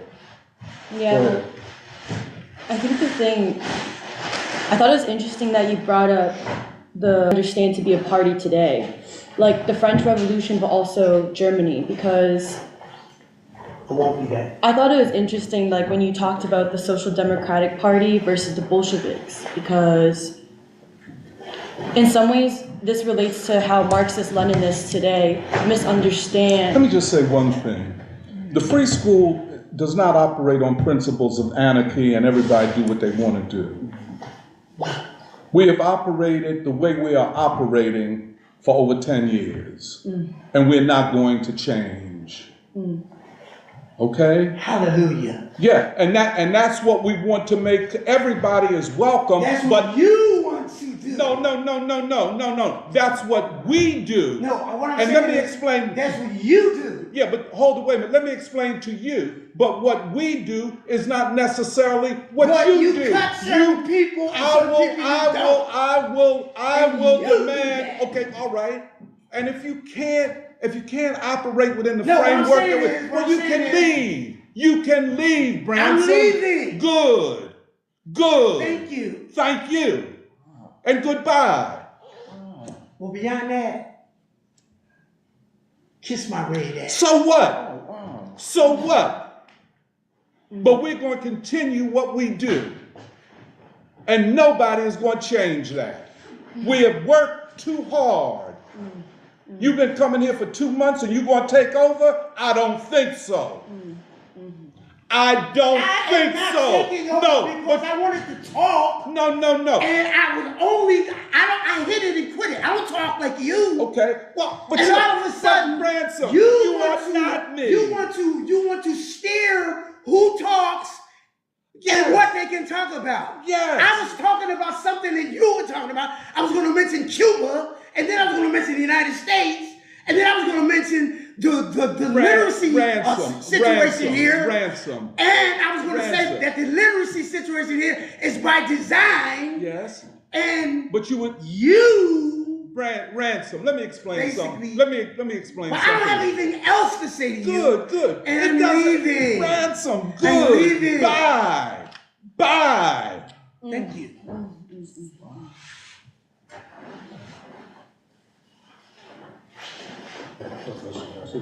Say what? Can I say something? No. She let her. I apologize, that was in the hallway. Yeah, that's all right. Oh, you know, I want to thank you, brother, because I thoroughly appreciate your input. I really do. And I want to thank certain other people here that I have learned a lot from. Yeah. See what I'm saying? These are great people, Ransom. They're great people because we operate on the basis of collectivity. That's why I will not be back here. No, that's okay, Ransom. I know it's okay. I know it's okay with you. But Ransom. I know it is. Ransom. And I'm out. Good. Right now. Well, go ahead then, man, please. Well, Okay, I just wanted to underline certain things. I wanted to underline certain things you talked about because I think they're important for today because, well, I don't even know where to start, but I think what you said about the reason why I picked up where you talked about Lenin. I'm sorry for our newcomers here. You know, I'm sorry to interrupt you again. That's okay. In the course of the struggle of ideas, and that's what we're involved in. We take it very, very seriously, and most of us, irrespective of age, have been on this for a number of years together, and we do operate on the basis of a certain way of doing things. Sometimes, and that's why I wish to apologize in the beginning, I think that I do talk too much. No. And I wish that I didn't, but this is kind of the format that we operate out of. It's not a free-for-all. I didn't take an hour or so to speak to then just have the conversation taken anywhere somebody wants to take it. You know, certainly everybody can speak and speak as long as they want, but let's stay to the topic at hand. This is a very important question, the question of the political crisis of the country. What will this crisis lead to? And so on. And, you know, everybody's at a different level of understanding, and everybody brings a certain baggage. But your baggage ain't gonna overwhelm. And if I get too loud, and I do get loud, you know, and I mean, it's who I am. My history in the struggle, I ain't just came into this a year ago. You know what I'm saying? And first of all, I say to anybody, you're gonna respect me. Yes. Like they say, you're gonna put some respect on my name in here. You're gonna raise your voice. Hey, Jack, believe. It does not mean that much if you disrespect what a group of people are trying to do. I wanted to explain that, apologize to our new members, Yolanda, and well, you know, you black like me, you got to be black. You got to go there sometime. All right, I'm sorry, Emily. No, you don't have to apologize. Well, let me get candid for a bit too, if you're okay with that, which is, I just want to get a little candid, like, Yes. to begin, because I don't like when you apologize for talking too long. I actually don't, because I never have thought that before. And I feel like I need to make that clear because, like, when you're speaking, you're also me speaking. Yes. And I think a bunch of people in this room can say the same thing. When you speak, yes, I can't say the same things that you can say when you spend the week preparing for Saturday. But I want to make that clear because, like, listen, I'm 27, I've said this so many times, but I feel young, but I also feel old. And it's only because of this journey I was able to find because of you and free school. And that is not something I take lightly. Like I know what my friends from home are like. I know what my sister's like. And for me, I have something that no one can take away. Like sometimes I say it's God, but I actually think it's purpose. It's a purpose that I will never abandon. And yeah, we're talking this morning, like whether you call it life's purpose or whether you call it America's purpose. I think we're on a divine path of making this place, something that should have, making this place complete, making this country complete, something that I deserve, something that I hope the children in the future can have. And I would not have any of it because of you. And so I don't like when you apologize for talking too long. You don't have to apologize. I don't give a damn what anyone on the fucking internet says. I don't give a damn what anyone says. You talk for as long as you want, because when you're talking, it's not just you speaking. You're speaking for me. You're speaking from me. You're speaking of me, okay? Right. And I think that's really important for us to be clear on. And so I just wanted to start with that, okay? Because, like, this is not Doc's space. This is our space, okay? This is 10 years plus. This is not even just Doc. This is Henry Winston. This is King. This is an inheritance of Baldwin. And that's straight up, okay? That's straight up, like, what it is. And okay, I'm not black. I'm Chinese. But, like, this is who I am, too. And so I also feel protective of a legacy that I need to keep alive personally, because it is what people out there, it's what we're going to spread with the Year of James Baldwin, it's what children need to hear too. And that's just how I feel. And what you said about purpose, that's the thing that matters most. I agree with everything. I don't think that we need to, moving forward, have to prove anything to people. I think if people want to ask questions, we can explain exactly what we're doing. And what you said about our inheritance, it's also in the political struggle, in the ideological struggle.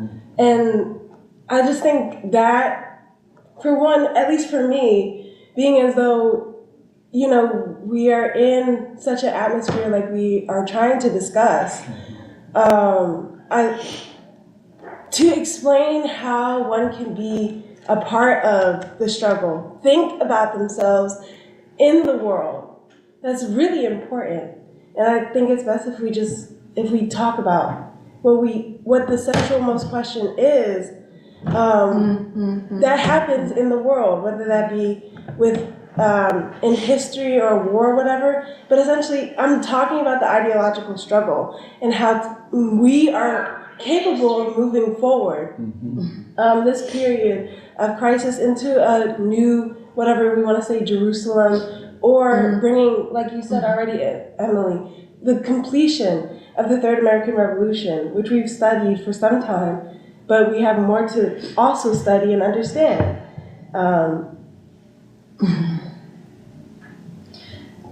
Can I just say something quickly? In defense of, I'll call him professor, and I say that for a reason. He brings a degree of intellectual muscle to the conference that is rare. And I've been around a lot of very important people, like my wife could testify, people that you see on TV. And that gravitas I appreciate, otherwise I wouldn't be here. Believe me. I could spend my time doing something else. And I'm here because the depth, the insight, the clarity, the perspective that he brings. And when he was discussing literacy, he was talking about the trivia. He wasn't talking about literacy in terms of being able to read and write. And so I think that we need to give him the deference in the space and the time to to think out philosophically what he's trying to communicate. It may seem easy what he's doing, but it's not easy. To communicate ideas where people can comprehend, they can ascertain, and they can contemplate. That might seem easy, but he's done it. He's lived his life. This is not something he just kind of picked up as an itinerant intellectual. This is something that he's lived and he's embraced it. And it's genuine. It's not. What you see is what you get. There's a lot of people. What you see is not what you get. This dedication that I'm sorry, bro. Yeah, I just wanted to conclude in that. I mean, that outburst by Brandon was uncalled for, and was disrespectful.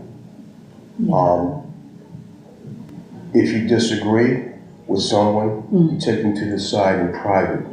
You never have open display of that kind of whatever that. I don't know what that was, and I'll just leave it. I'll leave it at that. I respect him as a person, as an individual, and I respect how he spent his life. Because he's given me insights and things that I don't have. I see the world from a very materialistic point of view, a means of production, economics, and I do understand the philosophical world that he brings, and I really appreciate it. I just want to say that I have tremendous respect for him. Okay, and it doesn't mean we won't disagree. That's what intellectuals do. They do disagree. But it's never a time when you have a protest where you disrespect the personhood of another individual. Yeah. And that's something my wife had to teach me. Because, you know. I roll with the iron fist, he knows. I'm here for it. So I just wanted to say that to you. I roll with the iron fist. I just want to thank you. Thank you for who you are, brother. Seriously. You know, I met Tony, and it's I have street in me, but I have my respect of like this whole mission in my life is that I'm in this room, in this space, and not just some space, but all of the effort that I get from another human being, that I can contribute that effort back. And it's not like it don't take a lot of strength, take all your strength to come to this marching. You know, for me to be with students and this kind of atmosphere, and I can journey everywhere, and I can still say you can't duplicate the atmosphere of learning. It has to be real from your reality, how you feel and touch, and anything that composes who you're gonna be in the rest of your life. And it's not often you meet a person in your whole life that's a genuine part of your own life. You know, it's an enormous reflection inside of me when I'm sitting here, because it takes all of your life effort, whatever you put for your children, my parents, my family, that this social bonding, my whole community is much more aware of this free school, because this is something that I can't even deposit it to them yet, because this is just something recognizing who y'all are, so that we can be incorporated, not just the infrastructure into the temple or the masjid, but it's my whole community when I come in here. It's hundreds of us in our community, but it's got to be somebody that offers to be the pillar. And a pillar is not something that you just push over for periodically. It just don't happen like that. Nope, you can't walk over. It doesn't happen like that. It's a sensitivity that's involved, because there's a lot of young people, and it's a youthfulness and Tony behavior that's part of my fire in my life still. That's my fire. And I don't have to jump around and tell somebody that. It's just that you need it for your discipline, the will of your discipline to be in a literacy, part of your literacy in your life. It feeds you the nurturing. It's my soul food inside of me. And we got to make sure that, you know, it'll be like Mal and Shay and Huey and And anybody that we don't see, they would be sitting in this room. They know that this is a compulsion. One must have compulsion. It's discipline. Yep. Yep. And things like that would break my heart when somebody has my heart with them. But then I have to mint myself like I'm demented. And then a person's hard for a person to mint their characteristics so that they can help where we going at, because it's got to be minted almost. It ain't a fake coin. It's real. Right. If I could just respond to Joe. I mean, I don't think it's just intellectual muscle. I think it's about dedicating your heart to the struggle. And, I've been in pretty much every section of the left here in Philadelphia, and I tried to get, as much as an activist as I could in Philadelphia. But, something that was missing was a spiritual dimension of the struggle, or like a history of the struggle. That's what Doc was talking about. How can you call yourself a socialist in America and not have anything to do with Du Bois or Baldwin? And I think about what you said about ES Ready, Doc, when you said, there was a white peace movement, there's a Vietnam student movement, and then ES Ready came along and he said, here, let me show you there's a whole world movement. And for what ES Ready was to you, I've always been looking for my own ES Ready in the city of Philadelphia, and what they say about your professional life, Joe, because I'm in an industry as well.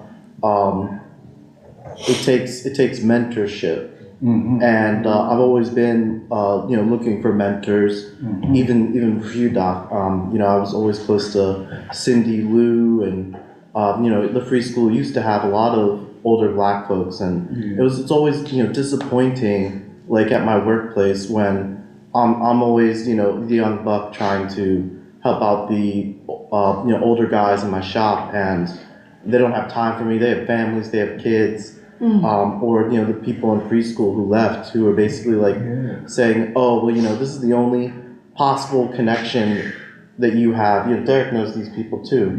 This is the only connection you have to young people. Osaze came back to the Winston conference, and he said, he started crying. You guys have grown so much. And in a way, it wasn't related to Winston, but in a contradictory way, it was related to Winston, where he said, oh, this is the way Winston practiced politics. It's like a kindergarten for activists. But that substance has to be the primary thing. But just to respond to you, I think I'm materialistic too. That's why I use the slangism in my community, was what you see is what you get. That was the spiritual aspect of who he was. So that's a slangism in the black community. What you see is what you get, is meaning that that spiritual component that you addressed is what that means in our community. When they see what you see is what you get. And what I was saying about him intellectually was his intellectual composition to take you from Rousseau to the Third Reich, and they'll also take you back to Plato, and then take you to Baldwin. That intellectual landscape, and to synergize that is not, very few people can do that. I'm able to do that, but I can't articulate it, and I'm not patient like he is. My wife, many times we get into arguments, she says, well, what do you mean? And I'd say, well, I don't feel like explaining it. He takes the time to explain it. Like on the way here, she asked me, well, where do you see this going? And I said, in the car, where it started with the French Revolution. Didn't I say that to you? And she said to me, well, why don't you explain that? And I said, I changed the subject. I turned to Doc. Doc doesn't do that. That's what I love about him. Because I get I'm like with people, well, if you don't see the dots, I don't have the time to explain it to you. And that's what I love about Doc. And that's why Doc, I see me in Doc. Because Doc can explain what I can't explain, and I don't want to take the time to explain it. It's like If you don't get it, well, then you just don't get it. And I just get, and my wife gets very angry with me. She says, well, you just walk away. I said, well, that's me. I get intellectually frustrated if you can't keep up. And if I have to go back and connect the dots, which he does a superlative job of doing it, to make it make sense, is very unique. And I've met very few people that can landscape history the way he does and to make it relevant to where you are right today. That's brilliant. And I'm not saying that just to pat him on the back. I'm saying it because it's true, and that's why I'm here. But my wife will tell you, I'll roll on you in a minute. Yeah, that's you'll roll on you, right? Yeah, I'm out of here. He's out, he'll be out. Yeah, I'm out. So that's why, and I'm shitting up from here on out. Well, I just wanted to add that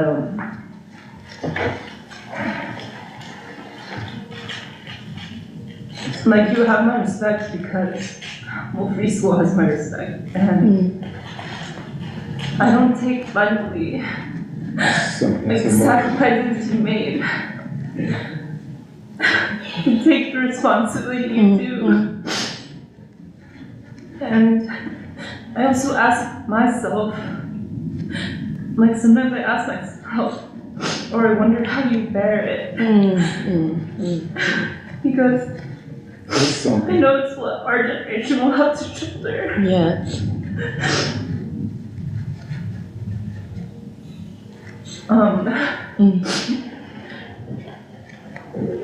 And so I feel very similar to Emily in terms of feeling protected.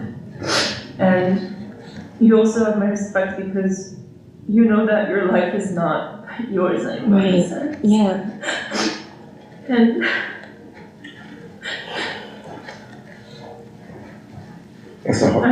no, I mean, I just want to say, like,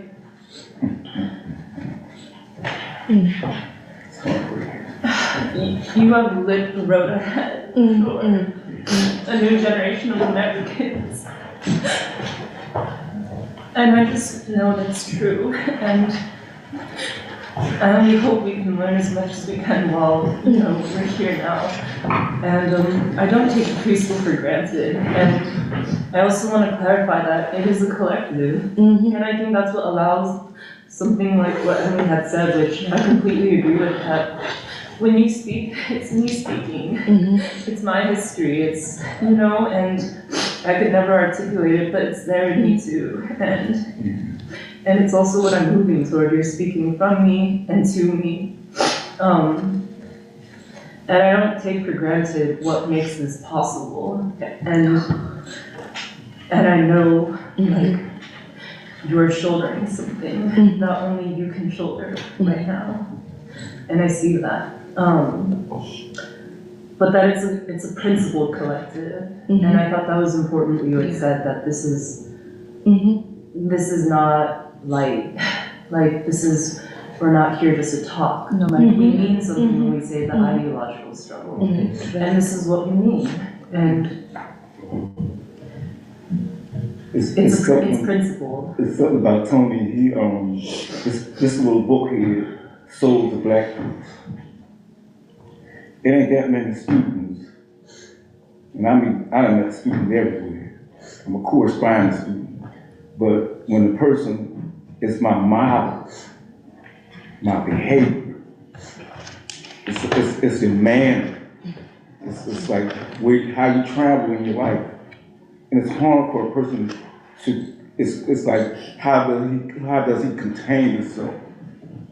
When it's not my outburst right now, but it's the person's, it's kind of like the will that he has, and it's a free will, but it's hard for a person to understand the goals if they never had a model in front of someone. It's not you emulating the person, but you kind of, you speaking through this person here. It's not something easy for a person to speak to Baldwin. So when I was a student, that's a person that has modeled their life, and I went to the same elementary, junior high school he went to, and it's like a certain footprint that he has left. It's an indelible print for me to be here in the free school. We went to the same Wagner Junior High. I ain't talking about high school, and I was, staring things in. I just didn't know what it was going to magnify to. But sometimes, you know, the life meaning of being called in your life, it happens way ahead of time, like I'm watching y'all. And not see me the person that helps you radiate who and what you are, and to deeply define it every day, every day. And I look at people that come to the free school. I sit with them like left and right.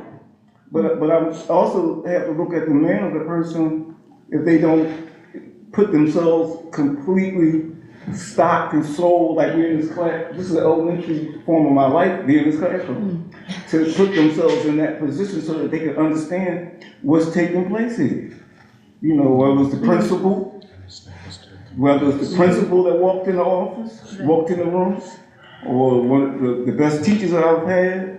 And it's hard for a regular person to just walk in and think that this is going on. Right. They can't believe this kind of window of life is here. And I don't know what else to tell a person, because I speak on behalf of education on the classical level that what I was shown. But it still affords me to make sure that I don't break free out of this will that you're using to sit where you're sitting today. You know, to be in your seat and raise your hand, or whatever it is that you. But this is, and it hurts me to see the person I'm sitting with, because I'm meeting students like we embody each other's feelings. But now I might say we got to deal with our own willpower, but not to willfully willing on somebody else, but just to try to keep our dedication, because it could be traumatic when I feel like, wow, we doing. It's not a gang, but a person would be offended if they see me being talked to like this. And I'm with my whole crew. They might just pick you up and carry you out the door, like at the temple, because people love that they respect you. You just don't want to go there. And I'm just telling them I'm glad that he go there, but I'm not saying that he would have there. But I'm so happy, because Tony said, not only do we stroll together, I read books. You got to stroll. You got the man reads. A prolific reader, and it's something. You just don't want to be hurt by people saying things, and they might not really mean it, so they're probably going to come back with a real apologetic mindset of you don't know what I got out there. You get a person a chance to come back. That's the merciful for me. When God is all mercy, He gives you the merciful level in your character to come back and apologize. And it's a very deep apology. Maybe that might be coming, because I just can't sit there. There's it's not no drama on TV. This is a real living thing. When we walk out here, people shooting people left and right for the values that we are talking about. They don't want to meet a person like come out of this room and speak in city council or speak in anywhere in America, anywhere in the world we can speak in. They don't want us, but we're here. And this is the first time to be mobilized with a lot of students that have shown me that they have the dedication and the exemplary thing about them inside of them that's growing. I miss y'all out. I miss them. my childhood, boyhood life is still alive in me, but I'm an adult too. But I love that I'm with students who ready to risk being ridiculed to your friends, and sometimes your family, sometimes your kids, and you be like, "Hey, what's up? Because I'm reading and studying up there." Well, but y'all being built by the Almighty. Let me turn it back over to Emily now. Just very quickly, I feel like these kinds of conversations can be hard for me because I don't really like conflict. And when conflict happens, I tend to withdraw into a little shell inside myself, and I don't really want to be open, I think, to people. But that being said, I feel like, to I think also build on what others have said, I feel like there is a conception maybe that free school is just we just come here to talk about politics. It's okay. And I think, I can see why people might have that assumption, but I think for a long time, for me, free school has not just been, we're here to just talk about things. It's not just an open discussion thing. Actually, for me, see Saturdays, these hours that we spend together as a spiritual practice. And I don't know how other people view it, but for me, it's like, I'm also someone who grew up in the church, and I don't go to church anymore. Like, this is my church, basically. And yeah, like, I don't know how other people view it, but it's like when Doc is giving his opening remarks and presentation, as others have said, it's not just like something that is like, oh, like, this is just like a whimsical thing. It's like, one, as others have said, Doc is taking on a special, particular role and responsibility. And as Emily was saying, like, he is thinking about like what he's gonna say. I also don't know like how you get, like, how you pull together like all the things that you do. Like, especially for today. But it's like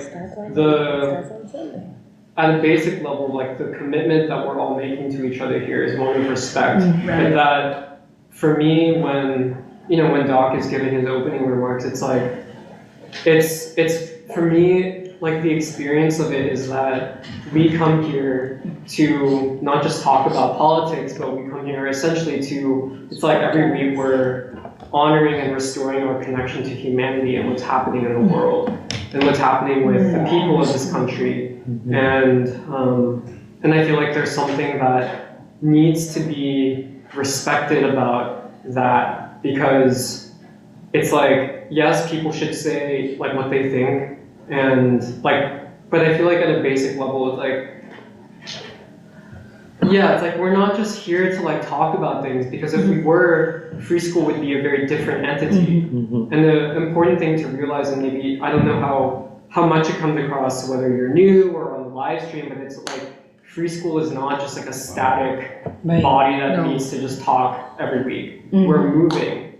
Free school, like, we are here basically to do what Baldwin is saying, to achieve our country. And that's something that obviously does require a level of commitment and sacrifice from all of us, but that it also requires a level of respect, that you can't just do that by like, oh, like, we're just here to like talk, and like talk is whatever, and people can talk about whatever they want. But it's like, especially if we've all been sitting here thinking about the things also that Doc has been talking about for like an hour, like, we should respect each other and respect that everyone else has been thinking through the things that Doc is talking about, and respect that like we should actually like do justice to what has been put on the table. Like, there are, I mean, Doc was saying, there are huge questions that Doc has put on the table in terms of the state, the American state, this question of the revolutionary, like the approach to revolution, and like how can, like, what does it mean for us if we're not at least engaging with that very basic thing that Doc has put on the table. And yeah, I feel like, again, this kind of stuff is hard for me, because again, like, I don't really like conflict, or at least I tend to shrink in the face of conflict, just as a personal thing, because of family stuff and all that, whatever. But I think when we come here, yeah, like, I know that maybe there can be the impression like, oh, like, we're just here to talk and it's not that serious. But like, actually, it is pretty serious. And yeah, like, we're here again, I think, with a certain task in mind, and we're moving, and people need to at least feel a sense of like, how do we actually move forward, if not through a basic sense of respect for what free school is and how it's constituted and how it functions. Right. Yeah. Okay, folks, go ahead, Emily.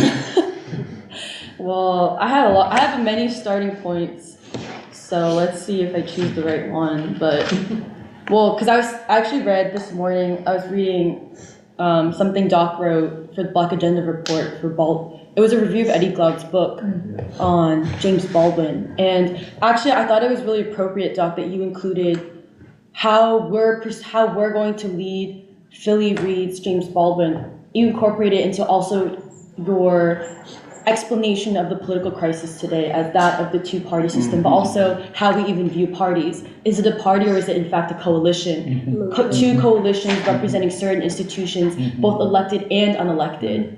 And so at the end of the day, it's not really about elections, but a social contract. And I also thought it was interesting, you said the Black vote is a social contract that is not actually yet completely made. You know what I mean? It's not a real, it's a new social contract that has never really been made before. But I guess maybe we can talk about it later. But, well, the reason why I brought up your article is, well, we were also texting about this, but the phrasing of, for something to be of this time, but not for this time. And when you were describing a lot of, let's say, like young people today who like are studying Marx and Lenin because they have become disappointed in Bernie, because it turns out Bernie is not in fact a progressive, but it's just a liberal. Like he is a reflection of a party that's not really a party. It's a coalition of certain institutions who have certain interests, has an agenda. But I was thinking how like it's a reflection of, it's an important point or reflection of this time, but it's not for this time. Marx and Lenin not for this time, for our country. And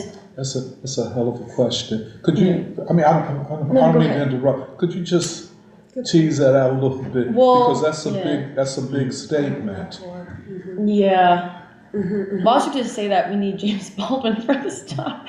But well, the way I connected it is also, it's kind of connected to our conversation this morning, because I thought it was really deep how you said, for example, let's take trade unions as an example, that in America, a reflection of the political crisis of this time is that, unlike, let's say, even Europe to a certain extent, the working class who's represented, let's say the trade union movement, the working class who are like only 10% are unionized, but the trade union movement, the working class, that in America, it is deliberate to take ideology out of the working class. That's seen as good because what it does is it preserves stability.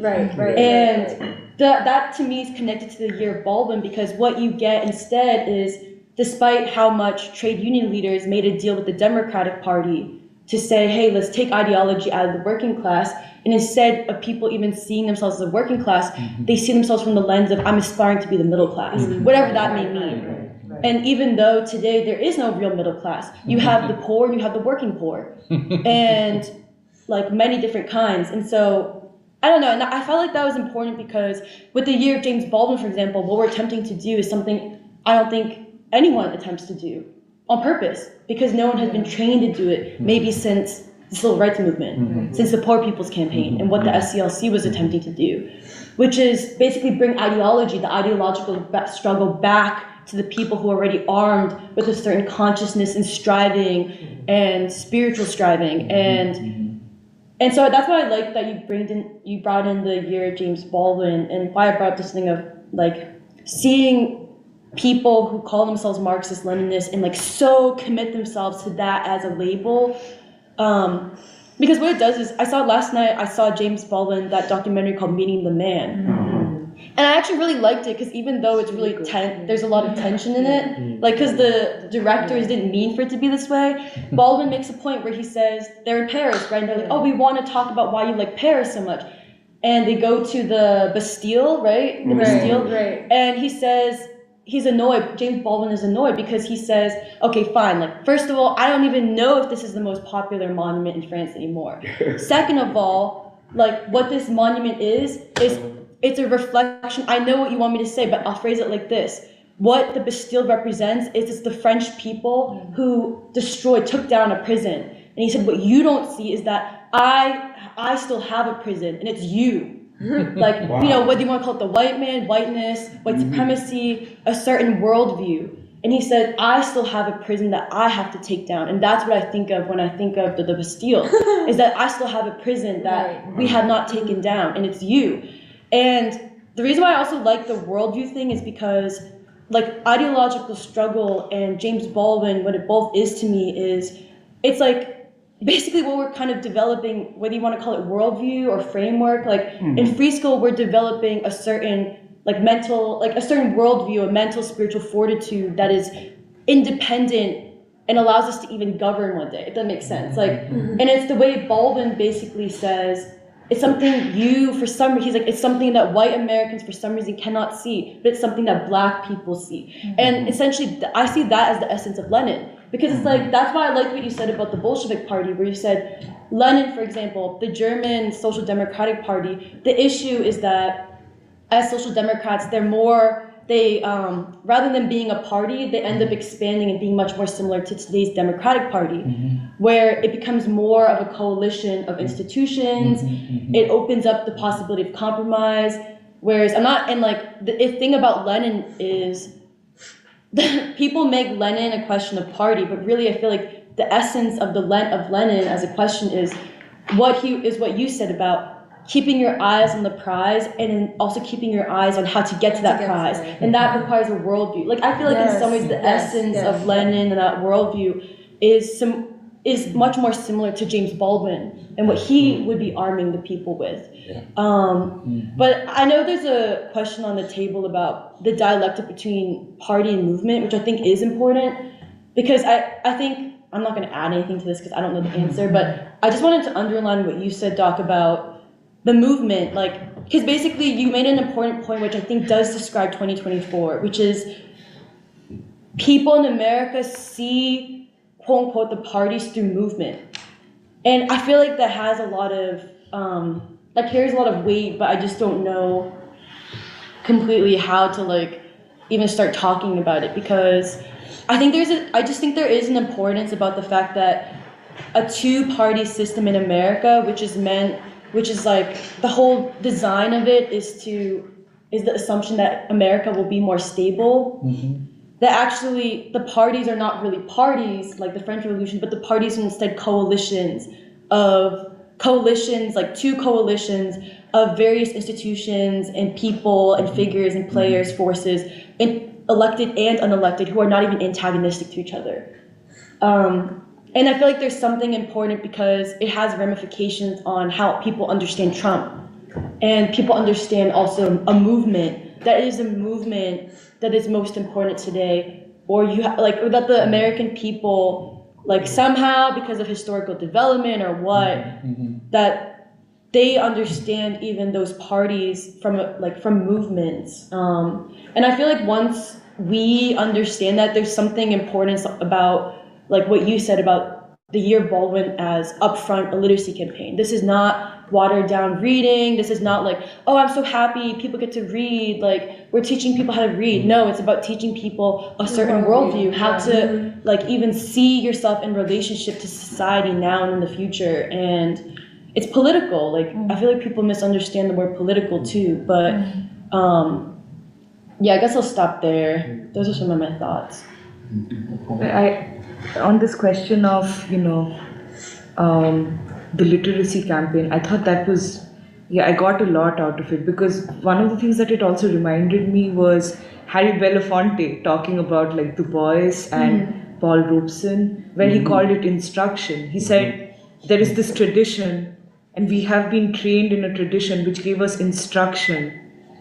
And I thought that word, it carries so much weight because you think of all of this as not just adding to your bank of knowledge about the world or facts or historical facts or whatever, but you see it as knowledge informing action for you to change yourself but also to change your society to achieve this nation. And so this idea of instruction has been really important for me. And I think in some ways I feel like the literacy campaign, the way you described it, more than teaching, I think it's that element of instruction that comes through, which is that there is something, there is a contribution to be made. That contribution isn't even worked out, it is being worked out as we speak. And this is why we are meeting, we're going to be meeting throughout the year to discuss and talk. And ironically, this is also what I was reminded of in our last conversation that we were having after Ransom left, is that this is what we are doing. There is work to be done and we are doing it. And it's instruction for us and future generations to do something, to actually have a fighting chance to change things the way they are. A fighting chance. Give us a fighting chance, And I forget what else I was going to say in that context. But the other thing that I wanted to comment on was also this idea of the party and the movement. I don't know if this is right, so I'm going to pose this as a question. I think I have a feeling, and this must be wrong, this may be wrong, is that the party and movement in America has not really intersected like that. king, led a movement, but there was no party. Yeah. And I think the closest we have come to them lying at an intersection is with Trump, where he's not really of the party, but he's definitely the center of some kind of people's movement that has emerged. But in some ways, it's also associated with the party because, in terms of voting or whatever, it's Republican in its manifestation. I'm not clear about this, but the one thing that I do feel is that this is something, the intersection has not been achieved in this country. Like, say, with Lenin. Lenin was able to do this. And I guess in China it was done, but here we had the movement without the party. And then again, I think something's different with Trump. But May I ask a question? The way I was thinking about it was that parties as parties developed in Europe. That's the classical model going back to the French Revolution.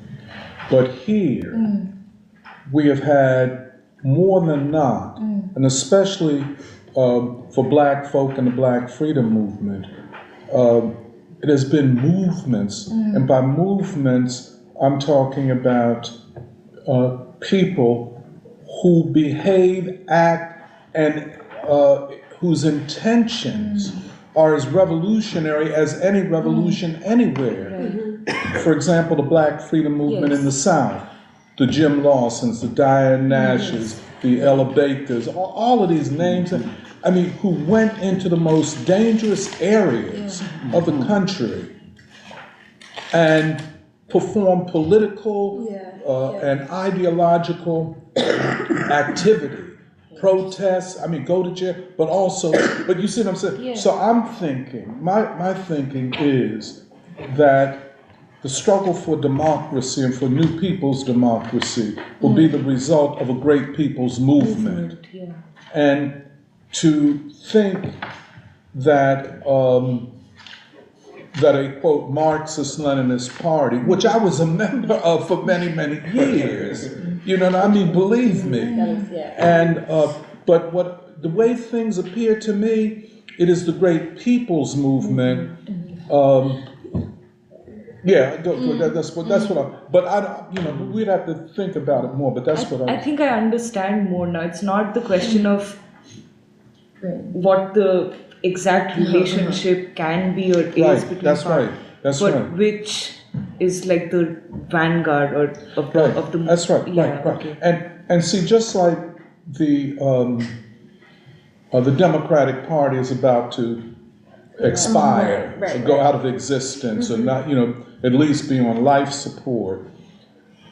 Well, I think people draw the right conclusions from that. We need other mechanisms for the people. Yeah. And how do we advance the struggle? Because, if I'm talking too much. One of the theories of the Vanguard Party is that a small party of highly educated, highly trained, highly committed actors, political actors, would form a party, and they would be united in a way that they became as tough as steel, but that ultimately the workers would rise up, and that the revolutionaries would then infuse themselves into the uprising and bring clarity to the people. But then there were certain assumptions that we never talk about. A population that was only 10% literate. A population that had no access to books, to newspapers, to other things. Well, if you look at it, it's quite the opposite in this country today. Quite the opposite. And so a small party is not necessarily what will be able to turn the tide. It has to be a broader discussion. And you have to realize, they did not think that they would ever be in a kind of relationship with the masses where they could conversate regularly. They were underground. They were illegal. You know what I'm saying? I know that the case of the Communist Party, this is why Winston's book, Strategy for a Black Agenda, is important, because what it is a defense of the Black freedom movement. Right. It really is. And so when he talks about the way he shapes the discourse in that book, what he is saying is that the civil rights movement is a model for movements going forward. And that's what King had mastered that. He was the great genius, not just of ideas, but a very practical man where ideas could shape movements and shape people. And the more that you could, publicly present your views, the more people you would change. You know what I'm saying? So that was it was movement. And I think it's too much of a administrative nightmare to try to take on all of the things of a party, of paying rent. You don't know how difficult that was. And frankly, I don't think that we as a Communist Party could have managed had we not gotten funds from the Soviet Union. You know what I'm saying? We couldn't have, because we were isolated, intentionally so. But even then, I don't think that this concept of the Revolutionary Party, and you see the communists, they talk like they want to do that, but they really don't. PSL, they talk like it. But if they were honest, they would recognize that there are other solutions to this problem of a democratic revolution of the people. There are other ways to do it. And just to say, we need a Marxist-Leninist party, we need this, you ain't said nothing. You're intellectually lazy. And then you have, and everything, as I said, Lenin's concept of the party was adapted to the circumstances of Russia. And would it ever fit perfectly this situation, unless it was like Winston does, to see the movement, the Black freedom movement, and the Communist Party, if the Communist Party could become that party connected to the freedom movement. That's where Ramesh Chandra comes in. You see what I'm saying? And Winston and Ramesh, the civil rights movement, all these leaders, they prepared to go global in the struggle for peace, and make that a central plank in the struggle for a social contract for the poor. Okay, they thinking, like that. And Ramesh saw it, they saw it, Winston saw it. But now, because people do not know, that history, and this is part of the, what they call a narrative history, where you tell your story and certain other people, and then when you put it all together, you see what they were thinking. And I'm of the opinion, this is why I was saying the Year of Baldwin as a campaign to give the people the opportunity to think about answers to what a lot of people think are intractable problems. Corrupt political party, corrupt political system. What do we do? Go ahead. So I think a lot of what you're getting at is what you talked about before, so this crisis of legitimacy. And how I liked how the fellow Grady used to put like the social well-being being sort of this orphan that no one wants to take care of. And so in many respects, this crisis of legitimacy is a crisis of authority, where people look to find a way forward. We all see the problems that we're experiencing getting worse and worse and worse. I think, something Emily was saying about how like this is something, I forget exactly how she said, something for it's of this time, not for this time.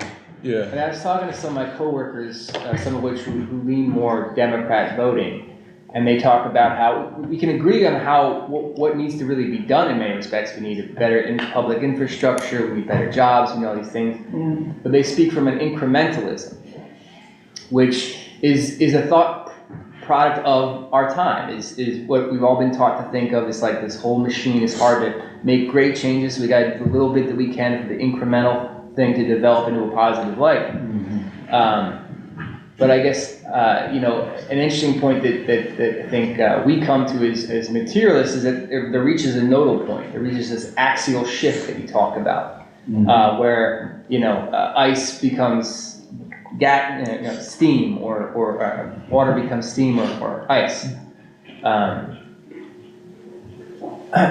Like there becomes a point at which even an incremental change will bring about like a radical transformation in a variety of ways that are just like when you reach a certain point, there is no small change that actually can suffice to the moment that you're in. I'm using a lot of language to try to explain it very well, but like we get that the institutions are no longer accepted as true, and it's because they are no longer applicable to the people's lives. And then what happens? What avenues can we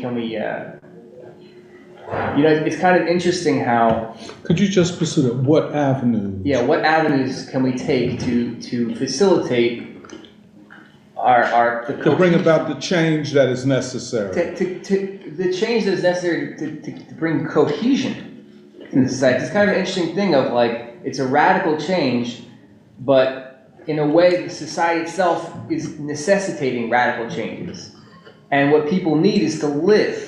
And that's a basic, that's a core thing. That's an essential thing, So how do you apply, the radical changes that are happening in a way that fits the radical moment, but also brings people closer to home? This is a very important. What I'm saying? Like, yeah, no, I hear you. It's funny how like the Republican. But hold it, could you just hold on? See, this is very important what you just said, and it's a controversial point. You see, you said there is radical possibilities that we can see, but most people don't see them. I don't know if it's interesting. And that we have to improve our capacity to speak in the language of the people. Mm-hmm. Is that fair to say? Well, sure. Okay. Now, I would say, if I might just, and then you go ahead, I would express a difference with you on that formulation, but you go ahead, I'll tell you in a minute. Well, can you repeat it again? Because I'm a little lost in my own thoughts. See, it's not unusual. It's a theory that was even in the Communist Party and the left movement, that our problem as revolutionaries is that we don't speak in the language of the people, or we don't make ourselves available enough to the people. You know what I'm saying? Therefore, a good message gets lost because of our own inadequacies. Is that a fair representation of your point? Yeah, I don't know if it's exactly what I was saying, but I definitely can. Well, what are you exactly saying? I guess I'm saying that sort of the moment that we're in requires a radical new way to see what is everyday to other people in a what is how can we see the changes that are developing as an objective process of something that needs to happen, that also that fulfills sort of the essence of what people need, and that comes from the hoarse voice of those people, of working people. They can understand the essence of that because they live it, and our job is to how to find that. How does that route to the new moment that we're in? Where's the path towards fulfilling that essence? See this, if I you see, this is a very interesting point. People would say, for example, we're starting a campaign to read Baldwin. Mm-hmm. Baldwin's not an easy read. Mm-hmm. He's read better in groups, Mm-hmm. There are people all around this city, all around this country, that said, well, that's not what revolutionaries do. Why are you going to take, as they would say, a petty bourgeois writer and intellectual and take him to the people? The people don't want to hear that. I remember when we proposed to take on the year of Gandhi's 150th birthday. And one member of the free school said outright, he said, black people ain't interested in that. They interested in eating and paying their bills. So we were going in a way opposite to the people. Right. And that's not unusual. You know, you get all of these, and I'll shut up there. All of these young people running around here every time a demonstration is, you know, the loudest mouths, you know, and all of that type of thing. And they say that anything that's not that is not revolutionary. Right. You know what I'm saying? Or you take, you know, the Saturday Fake School. You know, what is their principal thing? Cop City. Okay? Well, that's the flavor of the day among certain leftists who would say, well, if you're not down with that, you're not a revolutionary. You understand what I'm saying? Well, so we have to define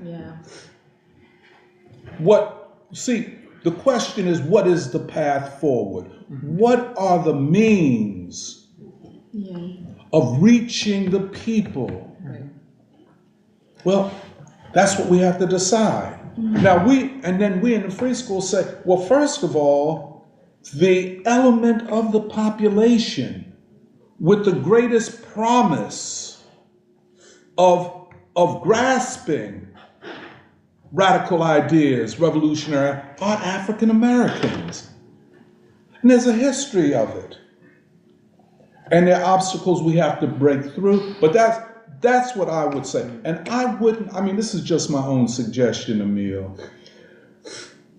See, we can't treat these kind of tactical political questions as though they're easy to solve. All we got to do is, well, this is what, you know, like I used to always hear in the Communist Party, a person work on a job somewhere in Cleveland, come to a national meeting, and he was going to tell you everything about the working class that you ever needed to know. Because he works in a plant, and the workers he works with, his narrative, of course, say X, Y, and Z, and the party is not relating to them.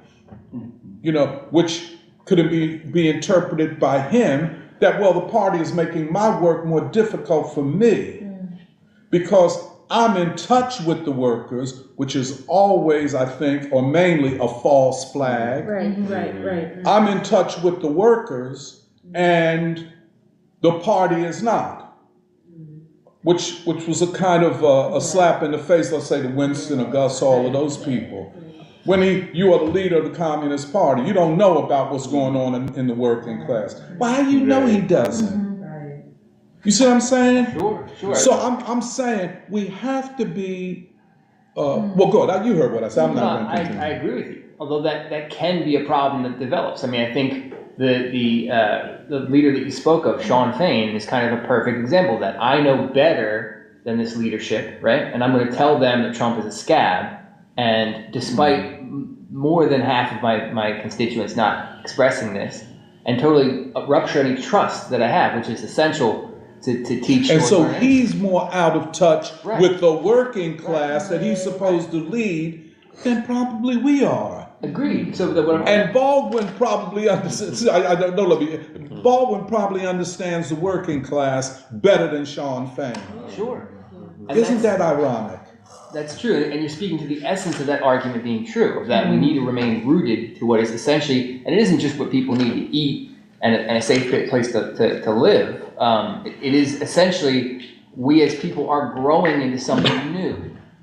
And that special need also needs to be catered to and adhered to. And that's this thing King talks about, this radical revolution of values. That's what is happening, right? And how do we, how can we both hear and be willing to translate these things? Because obviously they are complex, like you say. It's not an easy thing. That's right. And let me show you another thing, Emil. And if I'm talking to you, just this. Look, as you know, the free school is not wildly popular among the leftists in Philadelphia, Right. most of whom are under 40, something like that, and have never experienced any serious movement. Okay, but we're not wildly popular. There's always some criticism, there's behind our back and such and such and so, and obviously we don't know what we're doing. But I always ask the question, well, if we don't know, and we spend, untold hours, like you take the free school. It's an embarrassment of talent. You know what I'm saying? I was saying to Rhonda, why was I the recipient of this? Why? Oh, at home I'm asking, what the fuck did I do to be a part of these people?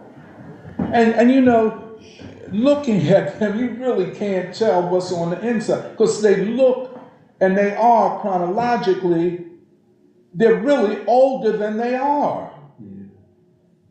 They're older than they are. And so, like they, and I was saying to Rhonda, I said, well, she's a physicist, he's a biologist, there's something else there, and all this type of thing. And I was just telling her, and there ain't no shame in my game to say this. I used to be a part, in the parties, all this, you can't trust the intellectuals, I'm a worker. See, that workerism, that's what they used to, that's what Lenin, workerism. As it's like an identity politics game. No. When you're dealing with ideas, and the fate of the world is so connected to ideas, and they're being correct, and their connection to events and all of that time. Hey, you need people who have a certain level and then can go to another level. Now, free school, we need more black people. Part of our problem is me. You know what I'm saying? Because I've been around, when you're around people so long, some like you and a lot don't. I'm not the most liked black person in Philadelphia. You see what I'm saying? It's always some competitive thing. If he say it, we ain't gonna go along with it. As right as we are. So, it's that kind of reality. Henry Winston had it right. Yep. Whether everybody was prepared to acknowledge it. Yep. He was right. And I think that's the same with us. We have the right tactical line to fit Philadelphia. We do. We have the right line. Do you agree with me, Emil? Yeah, I do. Okay. I'm just speaking to that sort of contradiction of the necessity of a radical transformation of society. Right. Rooted to the essence of what people need, which is how every revolution really, it kind of is able to bring the old tradition into this new world. Okay, and then I'm going to just come back. That's the nature of the democratic struggle.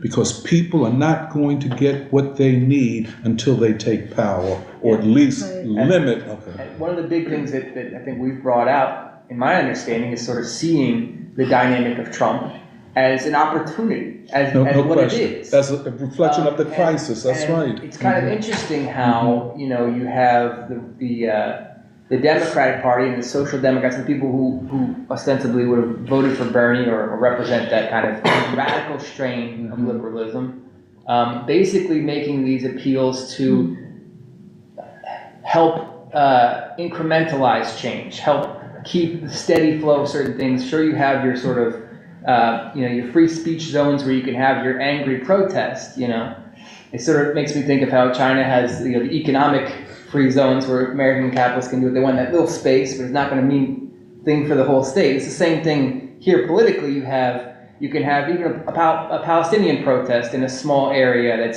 that's nice and quarantined in a way, not to affect real change to the state. Do you know what I mean? So you can get angry, you can, be loud and obnoxious, but you're not actually going to affect any kind of real unity. But would you see this as a new qualitative stage of mass movements in our country? Definitely. See, this is interesting. That quantity to quality type of thing that you were talking. Yeah. And well, on the other side, you have people voting for the Trump movement, essentially saying that like these institutions have fallen apart. There's homelessness everywhere in these free zones, and drug trafficking.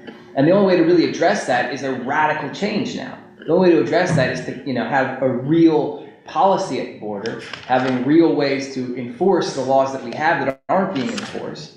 And that requires us to go towards the war question, which is why that's a big part of that whole movement. But then, from the real problem with that, from what I see, is when Trump says things like, the communists and the fascists and the socialists are all coming at us. So they're still working from a misunderstanding of history, a misunderstanding of the radical change in ideas that needs to develop with this policy, right? So there exists sort of this what we call false consciousness about it, because the only thing that really is able to meet this radical change that you need is a new radical organization, the boogeyman, the government. a different style of democracy and government. Yeah. Right.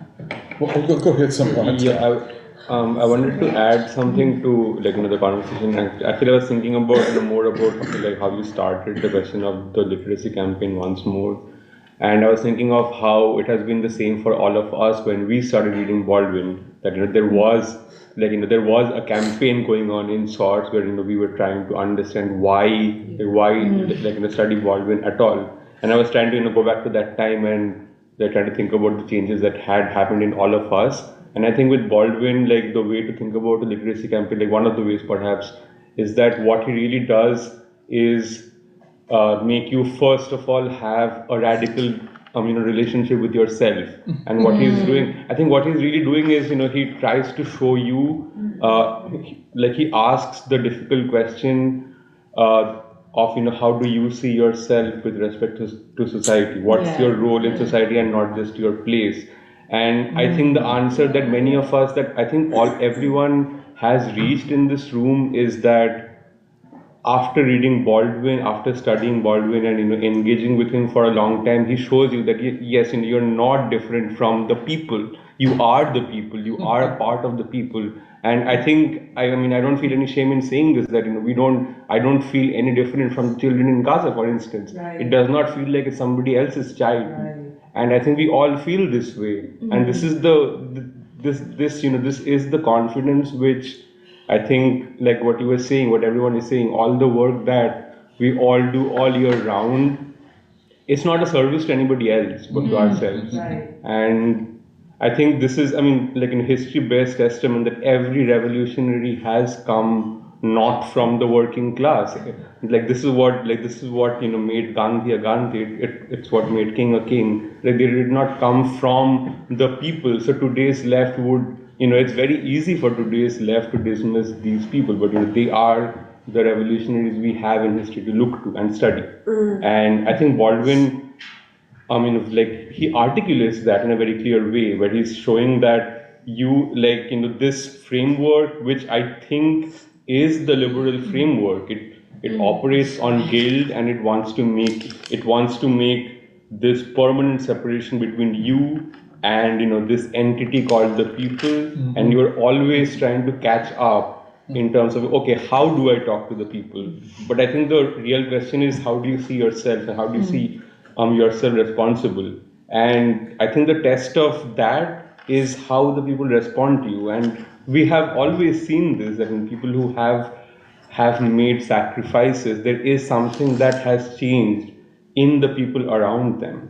And I think this is what Samir was also saying initially, after Ransom was leaving.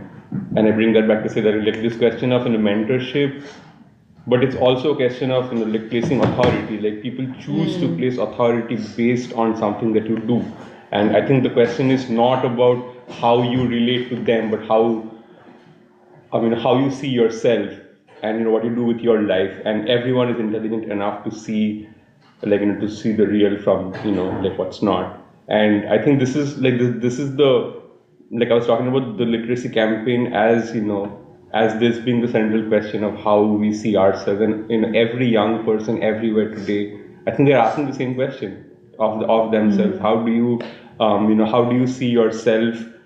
Like, how do you see that you can make a contribution to the world at this time? And yeah, I mean, I think like Year of Baldwin, we're talking about the Year of Baldwin. This is the central task that we and everyone, everyone has. But I also was going to say about the question you were talking about at the end. I think I think in terms of the crisis of the left and about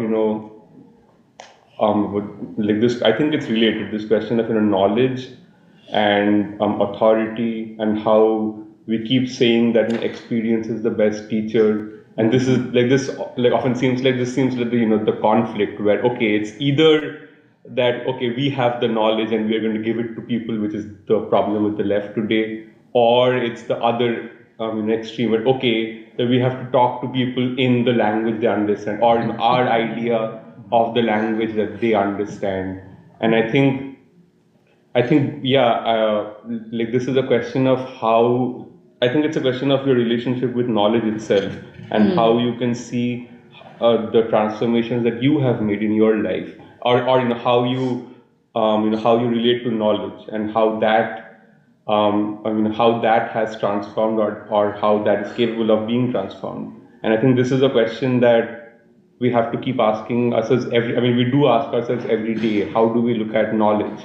And like I know that a big like some of us have been reading have been reading Lenin to answer these very questions of how to look at knowledge. And it does bring into question all of everything that we've been talking about, like philosophy of knowledge and so on. But I think the real question is how this connects to the question of how it connects to to young people, in terms of how are they going to receive knowledge, how are they going to relate to knowledge in a way that they can change the world. And I think this is this is extremely, this is like completely unique. Nobody else is doing it. What we are doing with the Year of Baldwin is special because we are, I think we are making the claim that the world's knowledge is ours. How we relate to it is a choice that we make every single day. And we can come back to that later, but I'll stop here. Let me let Nori come in, and then. Yeah, okay, I think my thoughts are kind of jumbled, but I think somehow the arc of like the two-party system and then the history of where it actually comes from, how it actually functions in America, and then the stuff at the end about the movement and then the literacy campaign, I think are all like connected in a really deep way. Like I think it clicked for me, where I think part of what you're saying, which is that if the two-party system is basically just a consolidation of people into these loose coalitions, but it's more about the form, where you said specifically the two parties aren't actually antagonistic towards one another. And what we see is that actually a lot of the two-party system is an illusion to basically give people the illusion of like, oh, this is the way that politics work, where we're invested in winning elections, but not actually in governing. And I feel like it's interesting because we've talked about how basically there's a disconnect between the reality that people experience and are aware of and just know what actually is, versus everything that the ruling class is like saying, like, oh, this is what politics is, this is what you should be concerned with. And basically, I think maybe a few weeks ago, or last week, we were talking about how the ruling class is more obsessed with the narrative at this point. Like they're obsessed with the propaganda terms of framing reality for the people. And I think what we're seeing is that there is basically this split, or this cutoff, this disconnect, where the people, like the movements, are also not on the surface in alignment with like the forms that have been presented to the people to like actually act. And I think this is connected to what we've been saying like for all these years about like the new American people, and then also this question of a new language, like how to actually have the terms, like the ways to communicate and to say out loud, and to actually basically make it not just an individual experience or like a consciousness that exists where you recognize that there's a difference, but to actually be able to express it in a way that is like socialized or actually shared. Because I feel like that's the point of reality. It's not just something that one person like faces and thinks, but it's actually something objective that is shared and can be like worked out. And I think it's also that like in that working out something new can emerge. And I think that's also the purpose of like the Year of Baldwin literacy campaign, where here's where I have to look at that. Yeah, because like with the literacy campaign, it's not just like reading as in like receiving a thing of knowledge or like learning how to read.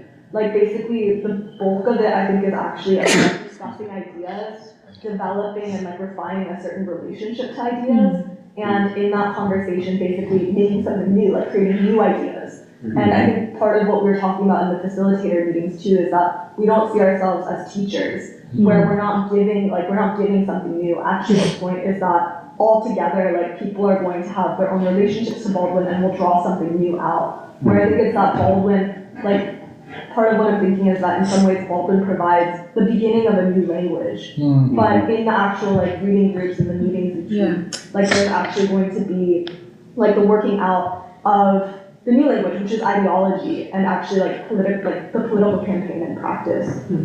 Because yeah, Corba said that Harry Belafonte used the word instruction, but I think it's also like in some ways there are a lot of other words where it's like socialization or basically learning like the new logic or like worldview.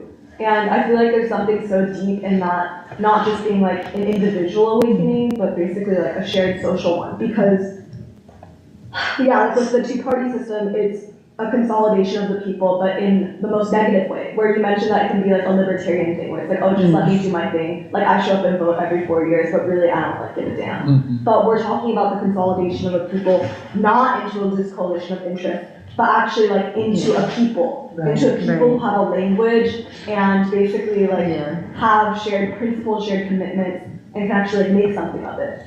And and then I also think that it's just so significant that it's Baldwin who, the reason why I think he's the basis of the new language for the American people now is because what he was talking about was the civil rights movement, like the last actual movement. And it's, I just think that it's really incredible that in this literacy campaign, political campaign, it's by essence also studying like the American Revolutionary history and heritage that we have. And then, I don't know, just some, and then also, part of what it is also like changing like our and people's relationship to reality too. Where I think in the most basic sense, like people talk about literacy or learning how to read as like, it transforms like their possibilities, it transforms your sense of life. Where instead of just like relating to things by like talking or by doing, you actually have access to like all these other worlds, you have access to history. And I think Baldwin said like, oh, I used to think that I was all alone in the world, like I was miserable. But then I read and I found out that everyone has like felt the exact same thing. And I feel like that really, I don't know, just that transformation of people's relationship to reality can actually change reality by like creating this new language and then also putting it into action. And so, I feel like there was some other stuff about like the people and the movement, but I don't think I can say anything about it. But I just think there was really a lot there. And things clicked for me in a really new way, where in some ways, because it's what free school has been doing for so long, like this Year of Du Bois, which was 6 years ago, and then it just seems to make sense to me now that of course we would do Year of Baldwin and then do reading groups all around the city, but it's also that I feel like it makes even more sense in this moment. And then the last thing is that, like part of the, so I feel like we've acknowledged or like we recognize that Trump is like basically the most important or one of the most important manifestations of the movement of the American people. But I also feel like one of our main criticisms or the challenges facing it is basically a lack of clarity in language or ideas. Where it is like Trump saying like, oh, like communist, like he's socialist, like they're the problem. But the thing is that like, it's the problem of communication where I feel like there's something maybe different in what he means, but it's a stumbling block because when you're saying that, like that also means something. And so I feel like it means that I feel like what we're doing in free school is in some ways trying to drive or to help advance the movement that exists and to sort of help channel it into a more productive, like higher level by doing this. So yeah. Let me go ahead, Eddie, and then Jeremiah. Sure, yeah. I think it was really important that you started by explaining the history of the two-party system to see the trajectory of the American people. Even right now, I feel like both parties are more liberal in in that like the discussion has been limited to battling over narrow individual rights. I mean, it's stuff's not trivial, like abortion, of course, that matters, but like your greatest interests are not on the table for discussion until Trump, because of the support of his people, are able to actually challenge the state itself, which is able to elevate the kind of struggle and the capacity of the American people. And I mean, similar to how you talked about the lack of idea of class struggle, of course, that's very important. But in the American context, I think that's actually not the most principal move forward. What others have talked about is like the spiritual, moral dimension of life. The way we relate to each other as human beings makes it even possible for there to be a shared sense of self, to have a struggle in that capacity. And so what the Year of Baldwin makes, and of course Trump, another positive thing is this question of governance, the capacity of the people themselves to decide their destiny and their future. But I think for the American people, I think Baldwin makes that most possible by having as I said, have a relationship to ourselves and to each other, to be able to even have a sense of who we are and who we can be and what future we deserve, what future the children deserve. This is so interesting. Can I just ask a question? If I understand what you're saying, and it could be a chicken before the eggs or whatever, but at every level, including the working class, black people, women, whatever group, this gets back to Shimbarta too, there has to be a certain recognition of who you are in relationship to everybody around you, be it in the plant, be it in the community. So, I guess the question I would ask is, do you put the class struggle first or the struggle for the values that you are articulating? Do you have to put that first and then the class struggle can move forward, or vice versa? Does that make sense what I just said? Yeah, very heavy question, Doc, very heavy question. And it's not this is the question on everybody will be asking at certain levels, you know? Yeah. I feel like for the American context, for there to even be a recognition of our shared self as a class, I think there's human values, especially along racial lines, historically, from Black Reconstruction and the community of Black and white and now all people, that I think come first. I think just social or economic order comes from a just value order. This is again, it's Baldwin. It's Baldwin, and if you read him wrongly, you get him wrong because it'll seem as though he's, you know, a pie in the sky person, rather than a thinker and commentator on, I guess the way I would put it, what breaks all of us. Why, even to conduct a struggle for what is in our interest, we are self-sabotaging because of how we see the self in relationship to society, what you were saying. Now that's all I wanted to say, man. Thank you, you said what I was saying. And there could be a materialist critique, philosophical materialist critique of Baldwin. I don't think I would agree with it. You know? But that I just think. Thank you. That's all. Well, look, Jeremiah, then, okay. I'm speaking in a role as an artist, right? But I'm thinking about the role of the artist, in Baldwin in my experience. So, and by this thing detailing Baldwin's insights and his literary insights, I'm still putting a language together so that the things that I encountered with Lennon as I was developing, I might have been doing something else, but with Lennon, as soon as I mentioned something about it, it kind of ruptured. It's like something ruptures another kind of plane, because everybody's associated by knowledge or experience by the plane that you just. For me, it's encapsulating what Baldwin is for me as an artist. So for the avant-garde person, my experiences of being in an environment where I'm not going to use the word street artist because I travel in a classical manner.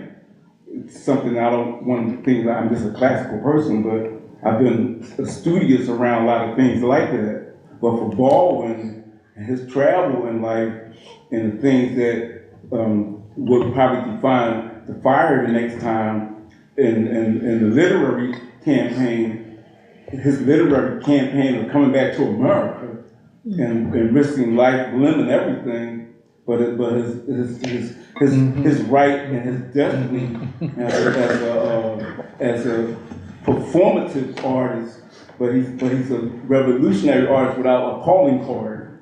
And he's exemplary European types of writing, but he's exemplary for being a world literary artist, in the revolutionary manners. Even if he got a call from Elijah Muhammad or whoever encountered him, he wasn't ostracized by him being the type of human being that he was composing himself for, because he's composing things about himself as a writer, but he's demonstrating it by being, in the eyes of the public, private and public, and the way he dressed, the way he talked, the way how he pronounced things. But my overall meaning right now is that he was willing to come in the streets in Chicago and Detroit, and he motivated the students who was like myself. Somebody's trying to displace me, but I'm using something for a minute about trying to understand my language. It's like I gotta mention Lennon because Lennon has been a principal component to like everyone doesn't understand Lennon in the first instance. I'm over 70 years old. I'm still incubating about how Lennon has played this syntax form of my life, so I have to find a way how to colorize a certain word sometimes. But by us being in the year of Baldwin, and Baldwin is kind of like the artist of our lives, because sometimes we're afraid to come in the theater of our life. I'm used to the word theater as a main stage, and he finds a way for delicate things, but he can be forceful that he speaks in the public interest of what you do to a child. He's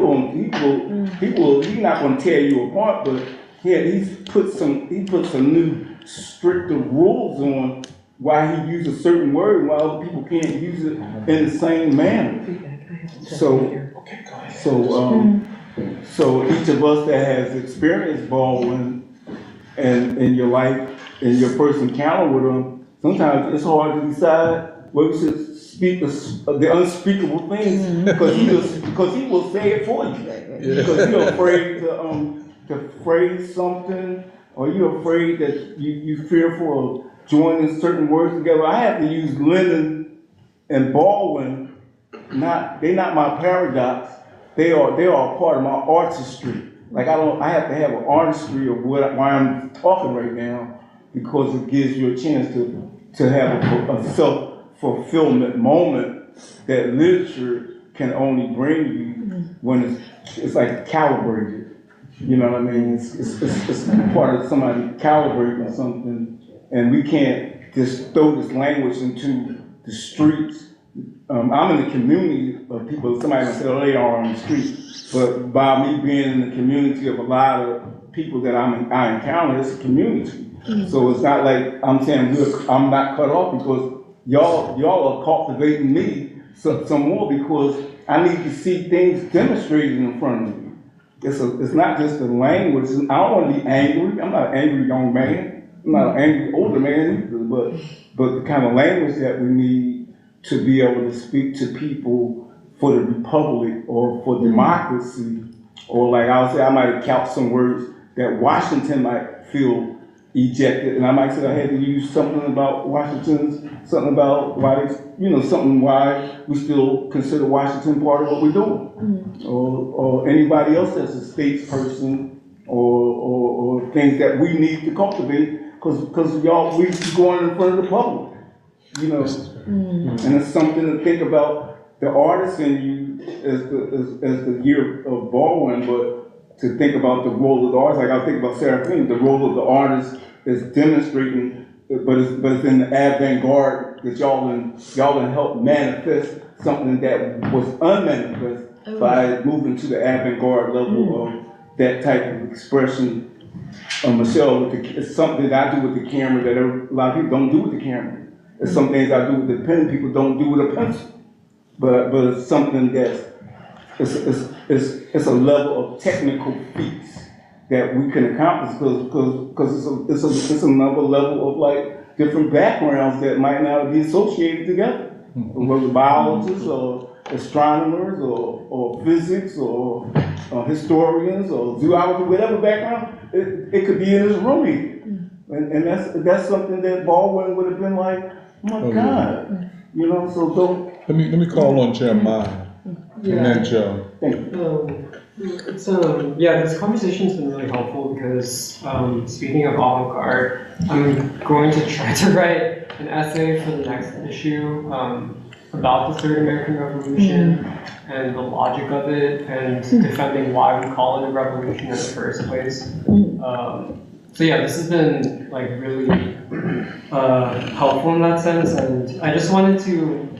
I guess it's also a question for me that I'm trying to work through, but this question of, like the state, which we've already been talking about, but kind of getting down to like the logic of American history and the logic of revolution that emerges from that, because essentially what I've been like thinking about recently is that like people, I feel like a lot of like Marxists, for instance, will say that capitalism socializes relationships, right? Whereas before, like things were kind of more, I don't know how best to put it, but like, let's say like, the production of things was more like under like different like previous systems, like more abstracted in some ways, but then like through capitalism, more and more people become part of the process of like producing things, of being in relationship to each other, all that stuff.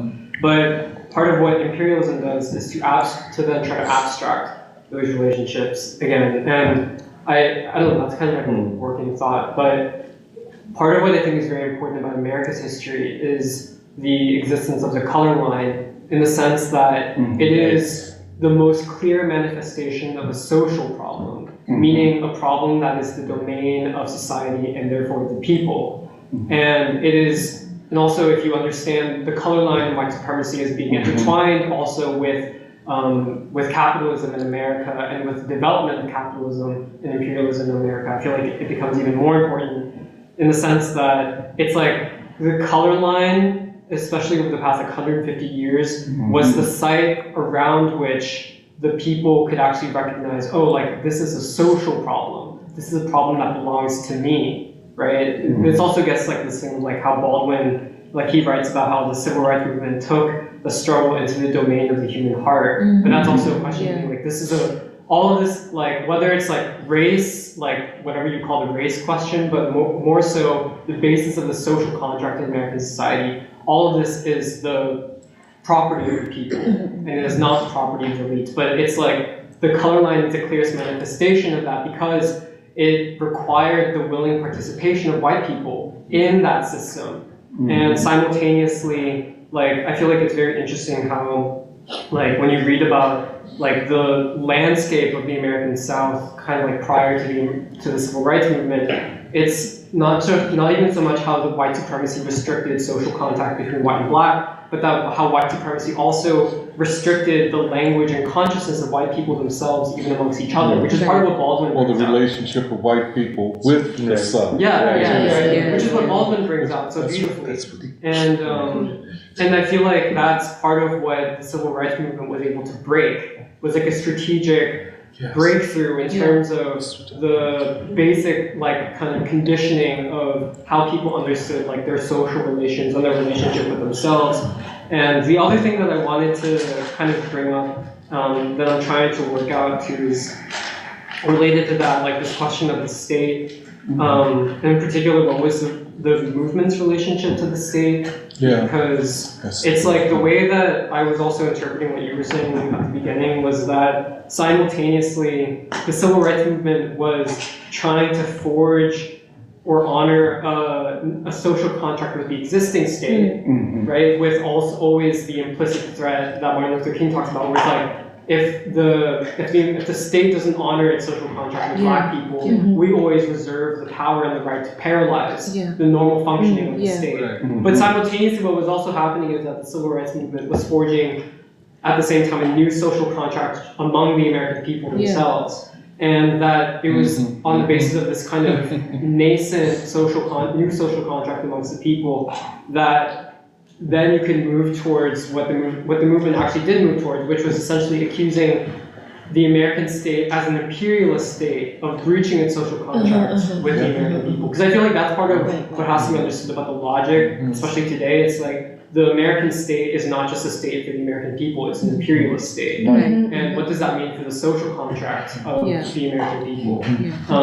But yeah, I feel like that these are like questions that like we're trying to work through. And I agree that there's a unique place for social movements in American history and in the logic of revolutionary change in American life, partially because of how the color line also conditions things and shapes kind of the way that people, like almost the opportunities for the avenues of struggle that people can engage in. Which is why like when we talk about like the civil rights movement as also a class struggle, like it's the class struggle but in like a different form than what is typically like expected.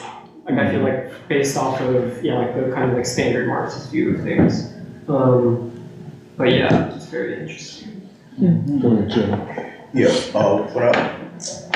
I think a lot of times what happens, I think unintentionally and inadvertently, we practice what I would say is intellectual apartheid. You cannot remove the color line from the great moral and spiritual question of the day. And the first great imperial power was the Catholic Church. It was a Catholic Church and a Protestant church that put the color line in place. Because it had to deal with a moral conflict, which the scriptures oppose.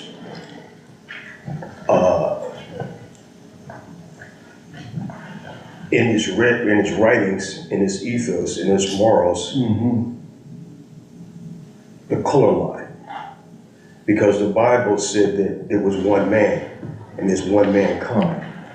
In order to have imperialism, you had to develop a different gospel, a gospel that were other. And in order to justify what you did, and also to provide your progeny with a moral base based on faith for the oppression of other people, that they are people of a lesser God or a different God. And so, going back to your moral spiritual issue, I don't think it's a chicken and egg thing. I think we sabotage ourselves intellectually because we can have the chicken and the egg at the same time. And I think to separate the two is not necessary. I think we have to address the moral issue, the spiritual issue. Because as a Christian, I cannot hate, because the Bible says that there were two human beings on this earth, and out of that came all the races. Okay, and any biologists in this room? I think there are. Well, geneticists. Well, I took a grad school class many years ago, and one of the things that came out of that was, after the genetic mapping was done, it showed that all of us come from one common human family through two people. And so a profound argument took place in the room. Then who are those two people? And the Christian in the room, which was me, I said, well, I can tell you it was Adam and Eve.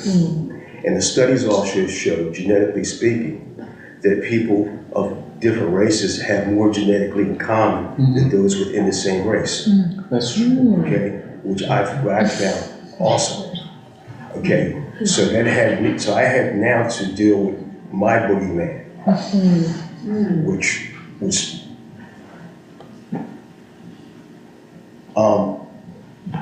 I hated white people. It wasn't I kind of disliked them, I disdained them.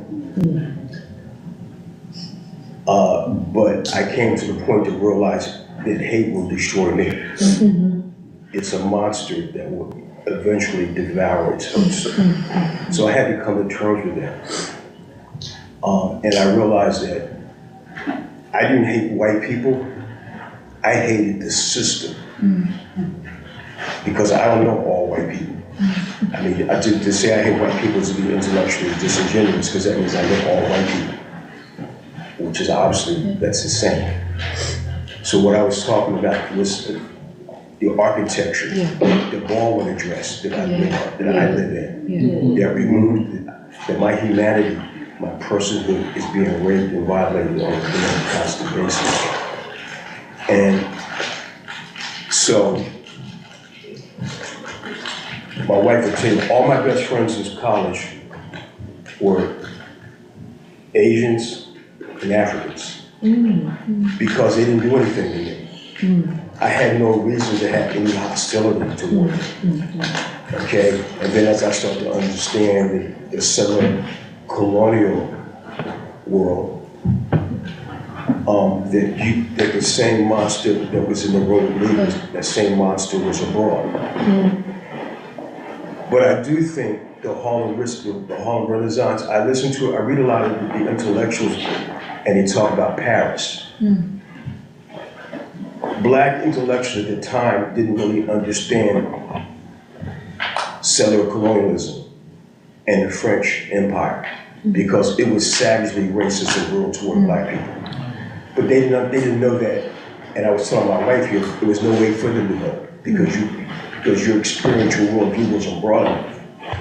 And so I think the issue is that once we see each other as human beings, once I see you as me, that I will care for you and love you as me, then it takes me back to being a good Samaritan, which is a parable in the Bible. The Samaritans were hated by Jews, and Jesus gave this parable that there was two men walking down the road, and there was a man that was injured on the road, and he was dying. One man walked by, he was Jewish, he just walked by him, didn't do anything. Another man walked by who hated him, who was Jewish, but he had compassion because he was dying. So he took him to a hotel, he cleaned him up, and gave him money to stay at the hotel until he was healed, and said, if there's anything owed in that, let me know and I'll settle the bill. And so the question was, well, who was his brother? And the Bible says it was him that stopped and helped him in the road. So what was eye-opening to me, and it blew my mind, was that when the genetics tests were done, that I was genetically closer to the person in my room that was Asian than the person beside me that was black. And that just totally blew my mind. And that made me now realize the Bible says these two people were Adam and Eve, and they were all one human family. So I think the great moral issue in the day is that we have to look at each other and see each other and not other. Yeah. Because if we don't do that, then I don't think we'll ever be able to address that. And so, to me, it's not the chicken and the egg. I think we have to do the chicken and the egg at the same time. And you know, that's why I'm here. That's what I found so profound about this when you explained to me who attends this was this room looks like the United Nations. Okay. And even though phenotypically we might look different, we know genetics has shown that that's the least differentiation of people's is phenotypical observation. Okay? Phenotypical or genotypical? Phenotypical. Okay? And so I'm just amazed. I was amazed at that discovery. So I think there's an intellectual argument that we can make about why we are our brother's keeper. And I think our ability... Jack, can I ask you a question? I agree with you completely that population genetics show that there's more genetic commonality between people of different groups than within the same group. That's right. That's a genotype. But why did you say? But it's phenotypic. Well, phenotypical is what. For example, we look different. Yes. That does not express what. Absolutely. Oh, okay. Yeah. That's what you see. And so, I think the issue of, I think the challenge that we have is to make. The reason people follow you is because you're intellectually accessible. If you're not intellectually accessible, they don't understand your grammar, your rhetoric, and your logic, is a disconnect. And I think one of the things that the movement has failed is to make high thought accessible. Because it's not really high thought. We just kind of dress it up and make our feel better than other people. And that's, and all of us, no matter what you do, whether you practice medicine, whether you're in finance or banking, we have our own language, the way we talk among one another. And so that makes us more important to others that are outside the group, because we can say, well, see, you just don't understand. Okay? And if you only understood this, you would agree with me. Okay? And so we hide behind that. And I just think, again, this is an amazing room. It's incredible. I mean, what I see here, and I'm here because I'm here for one reason, and I really mean this. I'm glad that this is more than just an intellectual exercise, as you pointed out. We're at an inflection point global. You can see the tectonic plates moving. You see it in Israel, you see it in Ukraine, you see it with the Houthis, you see it everywhere, you see it in the streets. And so, when you see these tremors, and that's what they are, there's an earthquake that's coming. Okay? And when the earthquake comes, those in the room that are physicists know that when an earthquake happens, immense amount of energy is released. Okay? Huge amounts of energy released. Okay? So I think it's incumbent upon your generation is how do you harness the earthquake after the tremors have passed. And that's the reason why I'm here. And that's why I say you have to, like when they had that movement, Wall Street, remember Occupy Wall Street? The ruling class said, what do you want? That was the big ask. And they asked it for several months. And these were people that had worked on Wall Street, that worked at all the banks, that said that, what you did was unmoral, was amoral. You knew what you were doing, we warned you about it. And so they would try to have a conversation with the rest of America. We weren't listening. And so when an earthquake comes, you have to be in a position, because you're the next generation, is what do you want? Because that's what it's going to be. Because if you don't fill that vacuum, you're gonna have chaos. And that's what an earthquake produces. It does produce chaos. And you see the aftermath of an earthquake, okay? So you're gonna have to harness that. And the time to harness that is now. Because people are gonna want to know, well, what do we do? And that's what people are asking right now. We know that the system is broke, but how do we fix it? How do you fix it is that you have to recognize my humanity. You have to recognize I'm a human being. I have a right to food, clothing, shelter, health care, and the basic things that you want. That's what the message was. That's what Christ's message was, and he was radical. He was radical, okay? He was the first one to recognize that women were equal to men, okay? Their position in society was different because men can't have children. I know that's a pronoun debate today, but biologically, no one is able to alter that reality, okay?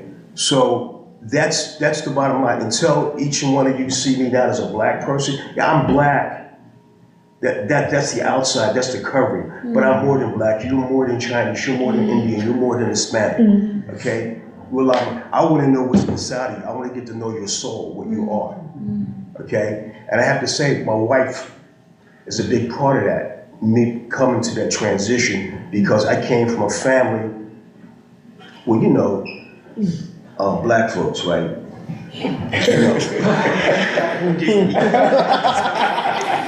All black folks, okay? You know how we were. Boys, shut up and sit down. And you had to absolve yourself from a lot of emotions. And the reason black people had to do that, now think about this. Imagine that your humanity is stripped away through slavery. And my wife can be taken or my daughter can be taken and raped, gang raped and gave back to me. Okay, one of the things people don't know that in Mississippi, when they had sodomy farms where the slave masters would go all around the country and buy young male boys and sodomize them. That was a major, yes. Sodomy was one of the ways they broke the black male slave. That's true. So you had this going on for hundreds of years. So I had to divorce myself, because think about what happened to you seeing your wife, your daughter violated, gang raped, your son sodomized at will for hundreds of years. What did that do to you psychologically? Okay, so when you see black people act like they don't care or they yell at your kids, that's a defense mechanism that's been passed down. And it's not that far away, because I celebrated my aunt's birthday. She turned 101 years old. And it didn't dawn on me that her mother was a slave. I'm sitting there and I'm looking at her and I'm saying, wow, my aunt's mother was a slave. And so when you see the dysfunctionality in the black community, okay, nobody wants, this country won't ask us why. They don't want to deal with that because they have to deal with the inhumanity of their forefathers. And they don't want to deal with that. Because, is that in me? Because I'm their child. Okay? So they don't want to deal with that. And so they act like, well, that was 200 years ago. Well, it wasn't 200 years ago. My father didn't get the right till 1965. I was 12 years old. What the frick you mean? I encouraged, I gotta be careful. I said, frick. I said, what the frick do you mean? That was a long time ago. My father, I was 12 years old before my father had the right to vote. As a human being, the right to vote. In Philadelphia, you know, in the 60s, you couldn't get a job driving a bus. Do you remember the big PTC, the big strike about having the first black bus drivers? Okay, I was alive to see this. So they try to act like slavery was something that happened during the days of the ancients. Okay, it wasn't. It was recent history, and the scar tissue that is here. So what I'm saying is, the wave of people coming to this country that are from countries of color or from different cultures, it's a chance to kind of address what happened in this country, and it's time right now for us to deal with the issue of color with white people. This is not about this is not a revenge thing. Right. This is just a thing to you. Do you recognize, do you understand what you did? And you were the beneficiaries of it up to date. You benefited from it because all those privileges that were accumulated from colonial times up until present day are still accumulating in your benefit. That's the reality. Okay, so don't ask me, well, how come you don't have businesses? Well, we did start business. You burnt the cities down. You know this, okay? You burnt cities down. So when black people say, okay, you don't want us to, you don't want us around you. You don't want, because the big issue is miscegenation. Okay, we separated ourselves. We built our own cities, and when the cities were successful, they came and burnt them down to the ground. Give me a break. Can you leave me alone? No. White people can't. White people cannot leave us alone. They can't leave the world alone. Can't you just be white and do what you want to do? Okay, why do you have to bother me? Just leave me alone. Okay, no, we can't do that. And I take you. It takes us back to the Bible. White people believe your God. They really believe that the earth and everything on this planet and all the people believe are theirs to rule, to reign over, to abuse, at their own discretion. And until we disabuse him that he's not God, based on the Bible or based on any book you want to pick, this will not end. So you are absolutely right, my brother. It's a moral issue. It's a spiritual issue. 100%. That cannot be left out of the argument. You must recognize the humanity of the Native American Indian. You killed 60 million of them. Right. Okay? There were people here. You killed them. Your job, you said you were Christian. Your job was to spread the gospel of Jesus Christ, to spread the love of humanity. Right. Okay? And you didn't. You took the Bible, which was a document for men to love one another, and you used it to rape, pillage, and justify, which you did. Let me just. Okay. And I'm saying from Phil. No. What you said was brilliant, brother, because I missed that. When you said this is all spiritual and moral, and until we address that, nothing will change. He's 100% right. Yeah. Well, we have to. Sorry. No. We have to kind of wrap up, and we have a couple of other things. On the Year of Baldwin and Avant-garde. Yeah, Avant-garde. Maybe hold off on Avant-garde. But just a couple things. Okay. I'm trying to think of what. The meeting, the facilitators meeting, and just where we are in terms of the 17th. Yeah, well, we recently had a facilitator meeting for people who are going to be facilitating reading groups around the city, which we've been calling it Philadelphia Reads James Baldwin, but Doc had a suggestion which I like, which is the people of Philadelphia read James Baldwin. And like I said, and I actually think something I was thinking about, Doc, is we should write a short mission statement. Yes. Making it clear, like you said, up front, this is the people of Philadelphia read James Baldwin it's for us, we see it the same way of what the role of the Cuban literacy campaign was, or even with the Chinese Revolution and elsewhere. But we had a long discussion about pedagogy at the facilitators meeting, like the difference between pedagogy versus maybe how people understand being a teacher in the school system. But because there is a difference, and we also talked about the objective, the purpose, the goal of the literacy campaign, the reading sites, which I think we got into today, about changing the relationships between people using the language of James Baldwin, which is an evolving new language of the American people. And I don't know if we wanted to say more about the... So when is the facilitators meeting? Well, so I made the mistake of suggesting next Thursday, but actually, I mean, you can do it without me, but I'm gonna be coming back from Harrisburg for work. So I was just wondering if people would be free that following Tuesday. The Tuesday after this Thursday. Yeah, so that would be the 13th. It'd be the Tuesday before, the Tuesday before the inauguration. But I wasn't sure if that would work for people.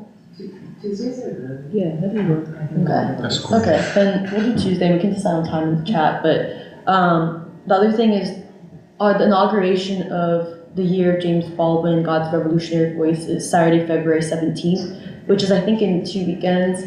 And I feel like our free schools increasingly, as we talk about the political crisis today, it's building a lot of momentum, I think, for the necessity of something like the Year of James Baldwin.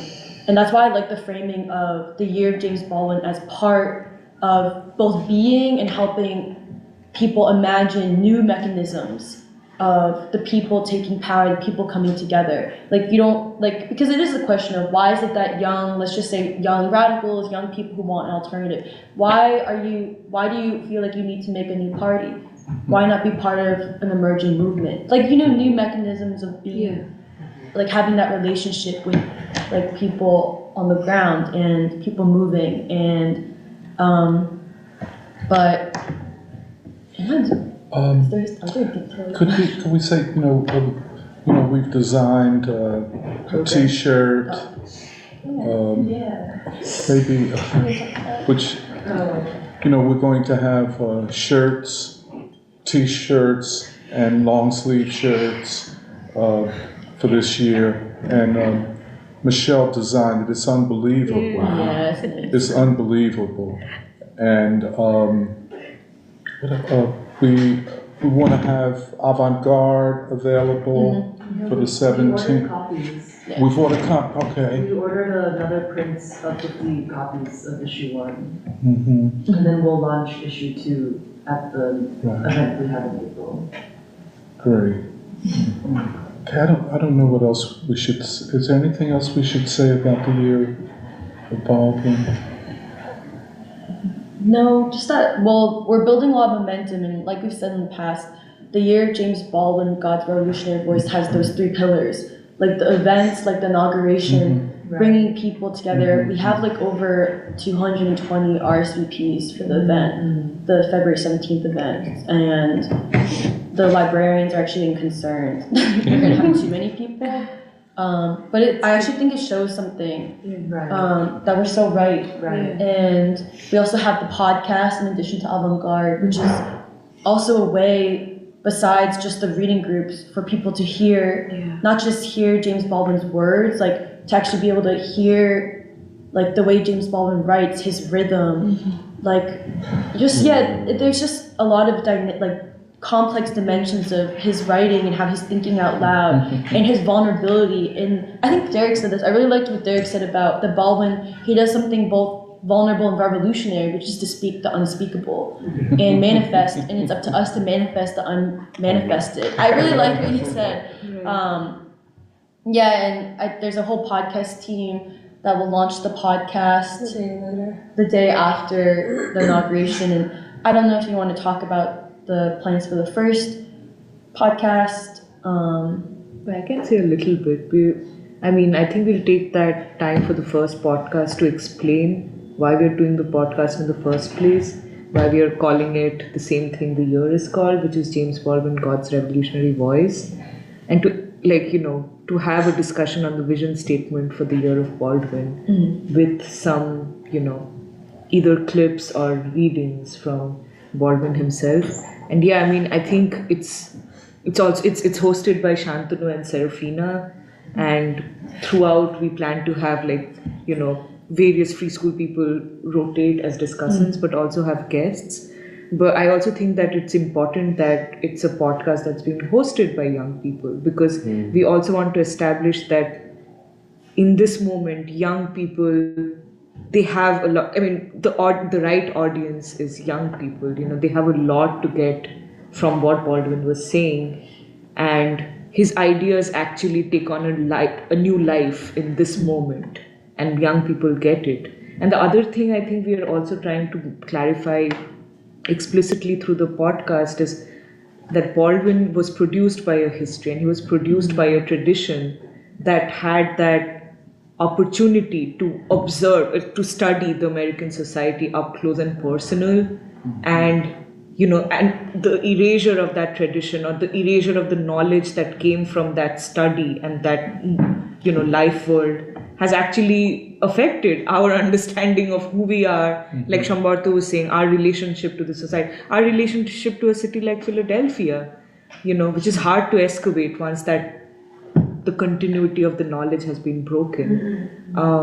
And yeah, we are also trying to say that we are reclaiming Baldwin, because he's always belonged to us, and it is our inheritance that we are reclaiming. I have a question. What should I know for my first time going to a Year of event? This would be my first time going to a Year of event, so what should I know? I didn't even know there was like an RSVP thing.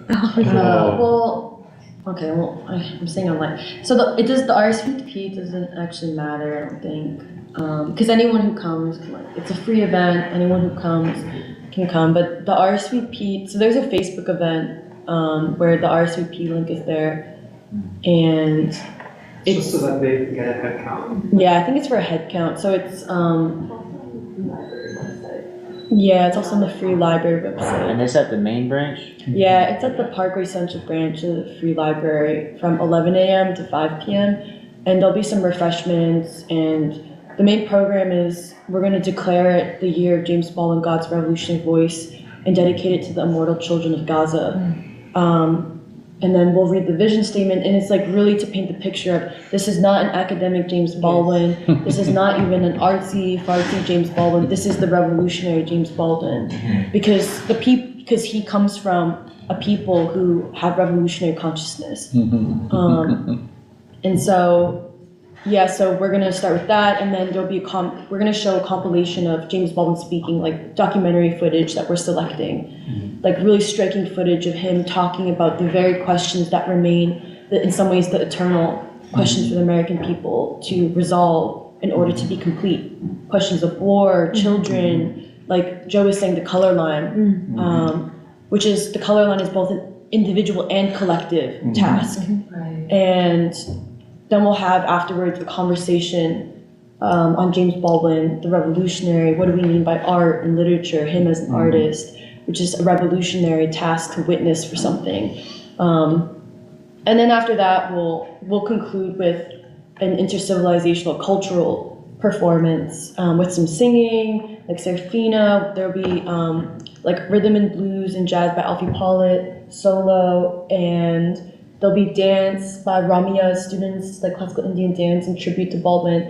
And I think and we'd also like to include not just poetry, but also I think increasingly, we feel the need throughout the whole program to somehow read very specific passages from Baldwin's works. Like some of us have read the uses of the blues, for example. Like, yeah, sometimes it's funny because when Joe speaks, like, you sound like Baldwin to me, actually. Like, no, I'm serious. Like the uses of the blues, like it's really interesting, and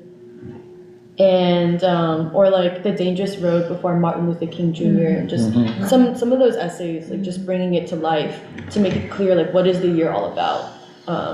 So that's what I think you should know, and yeah.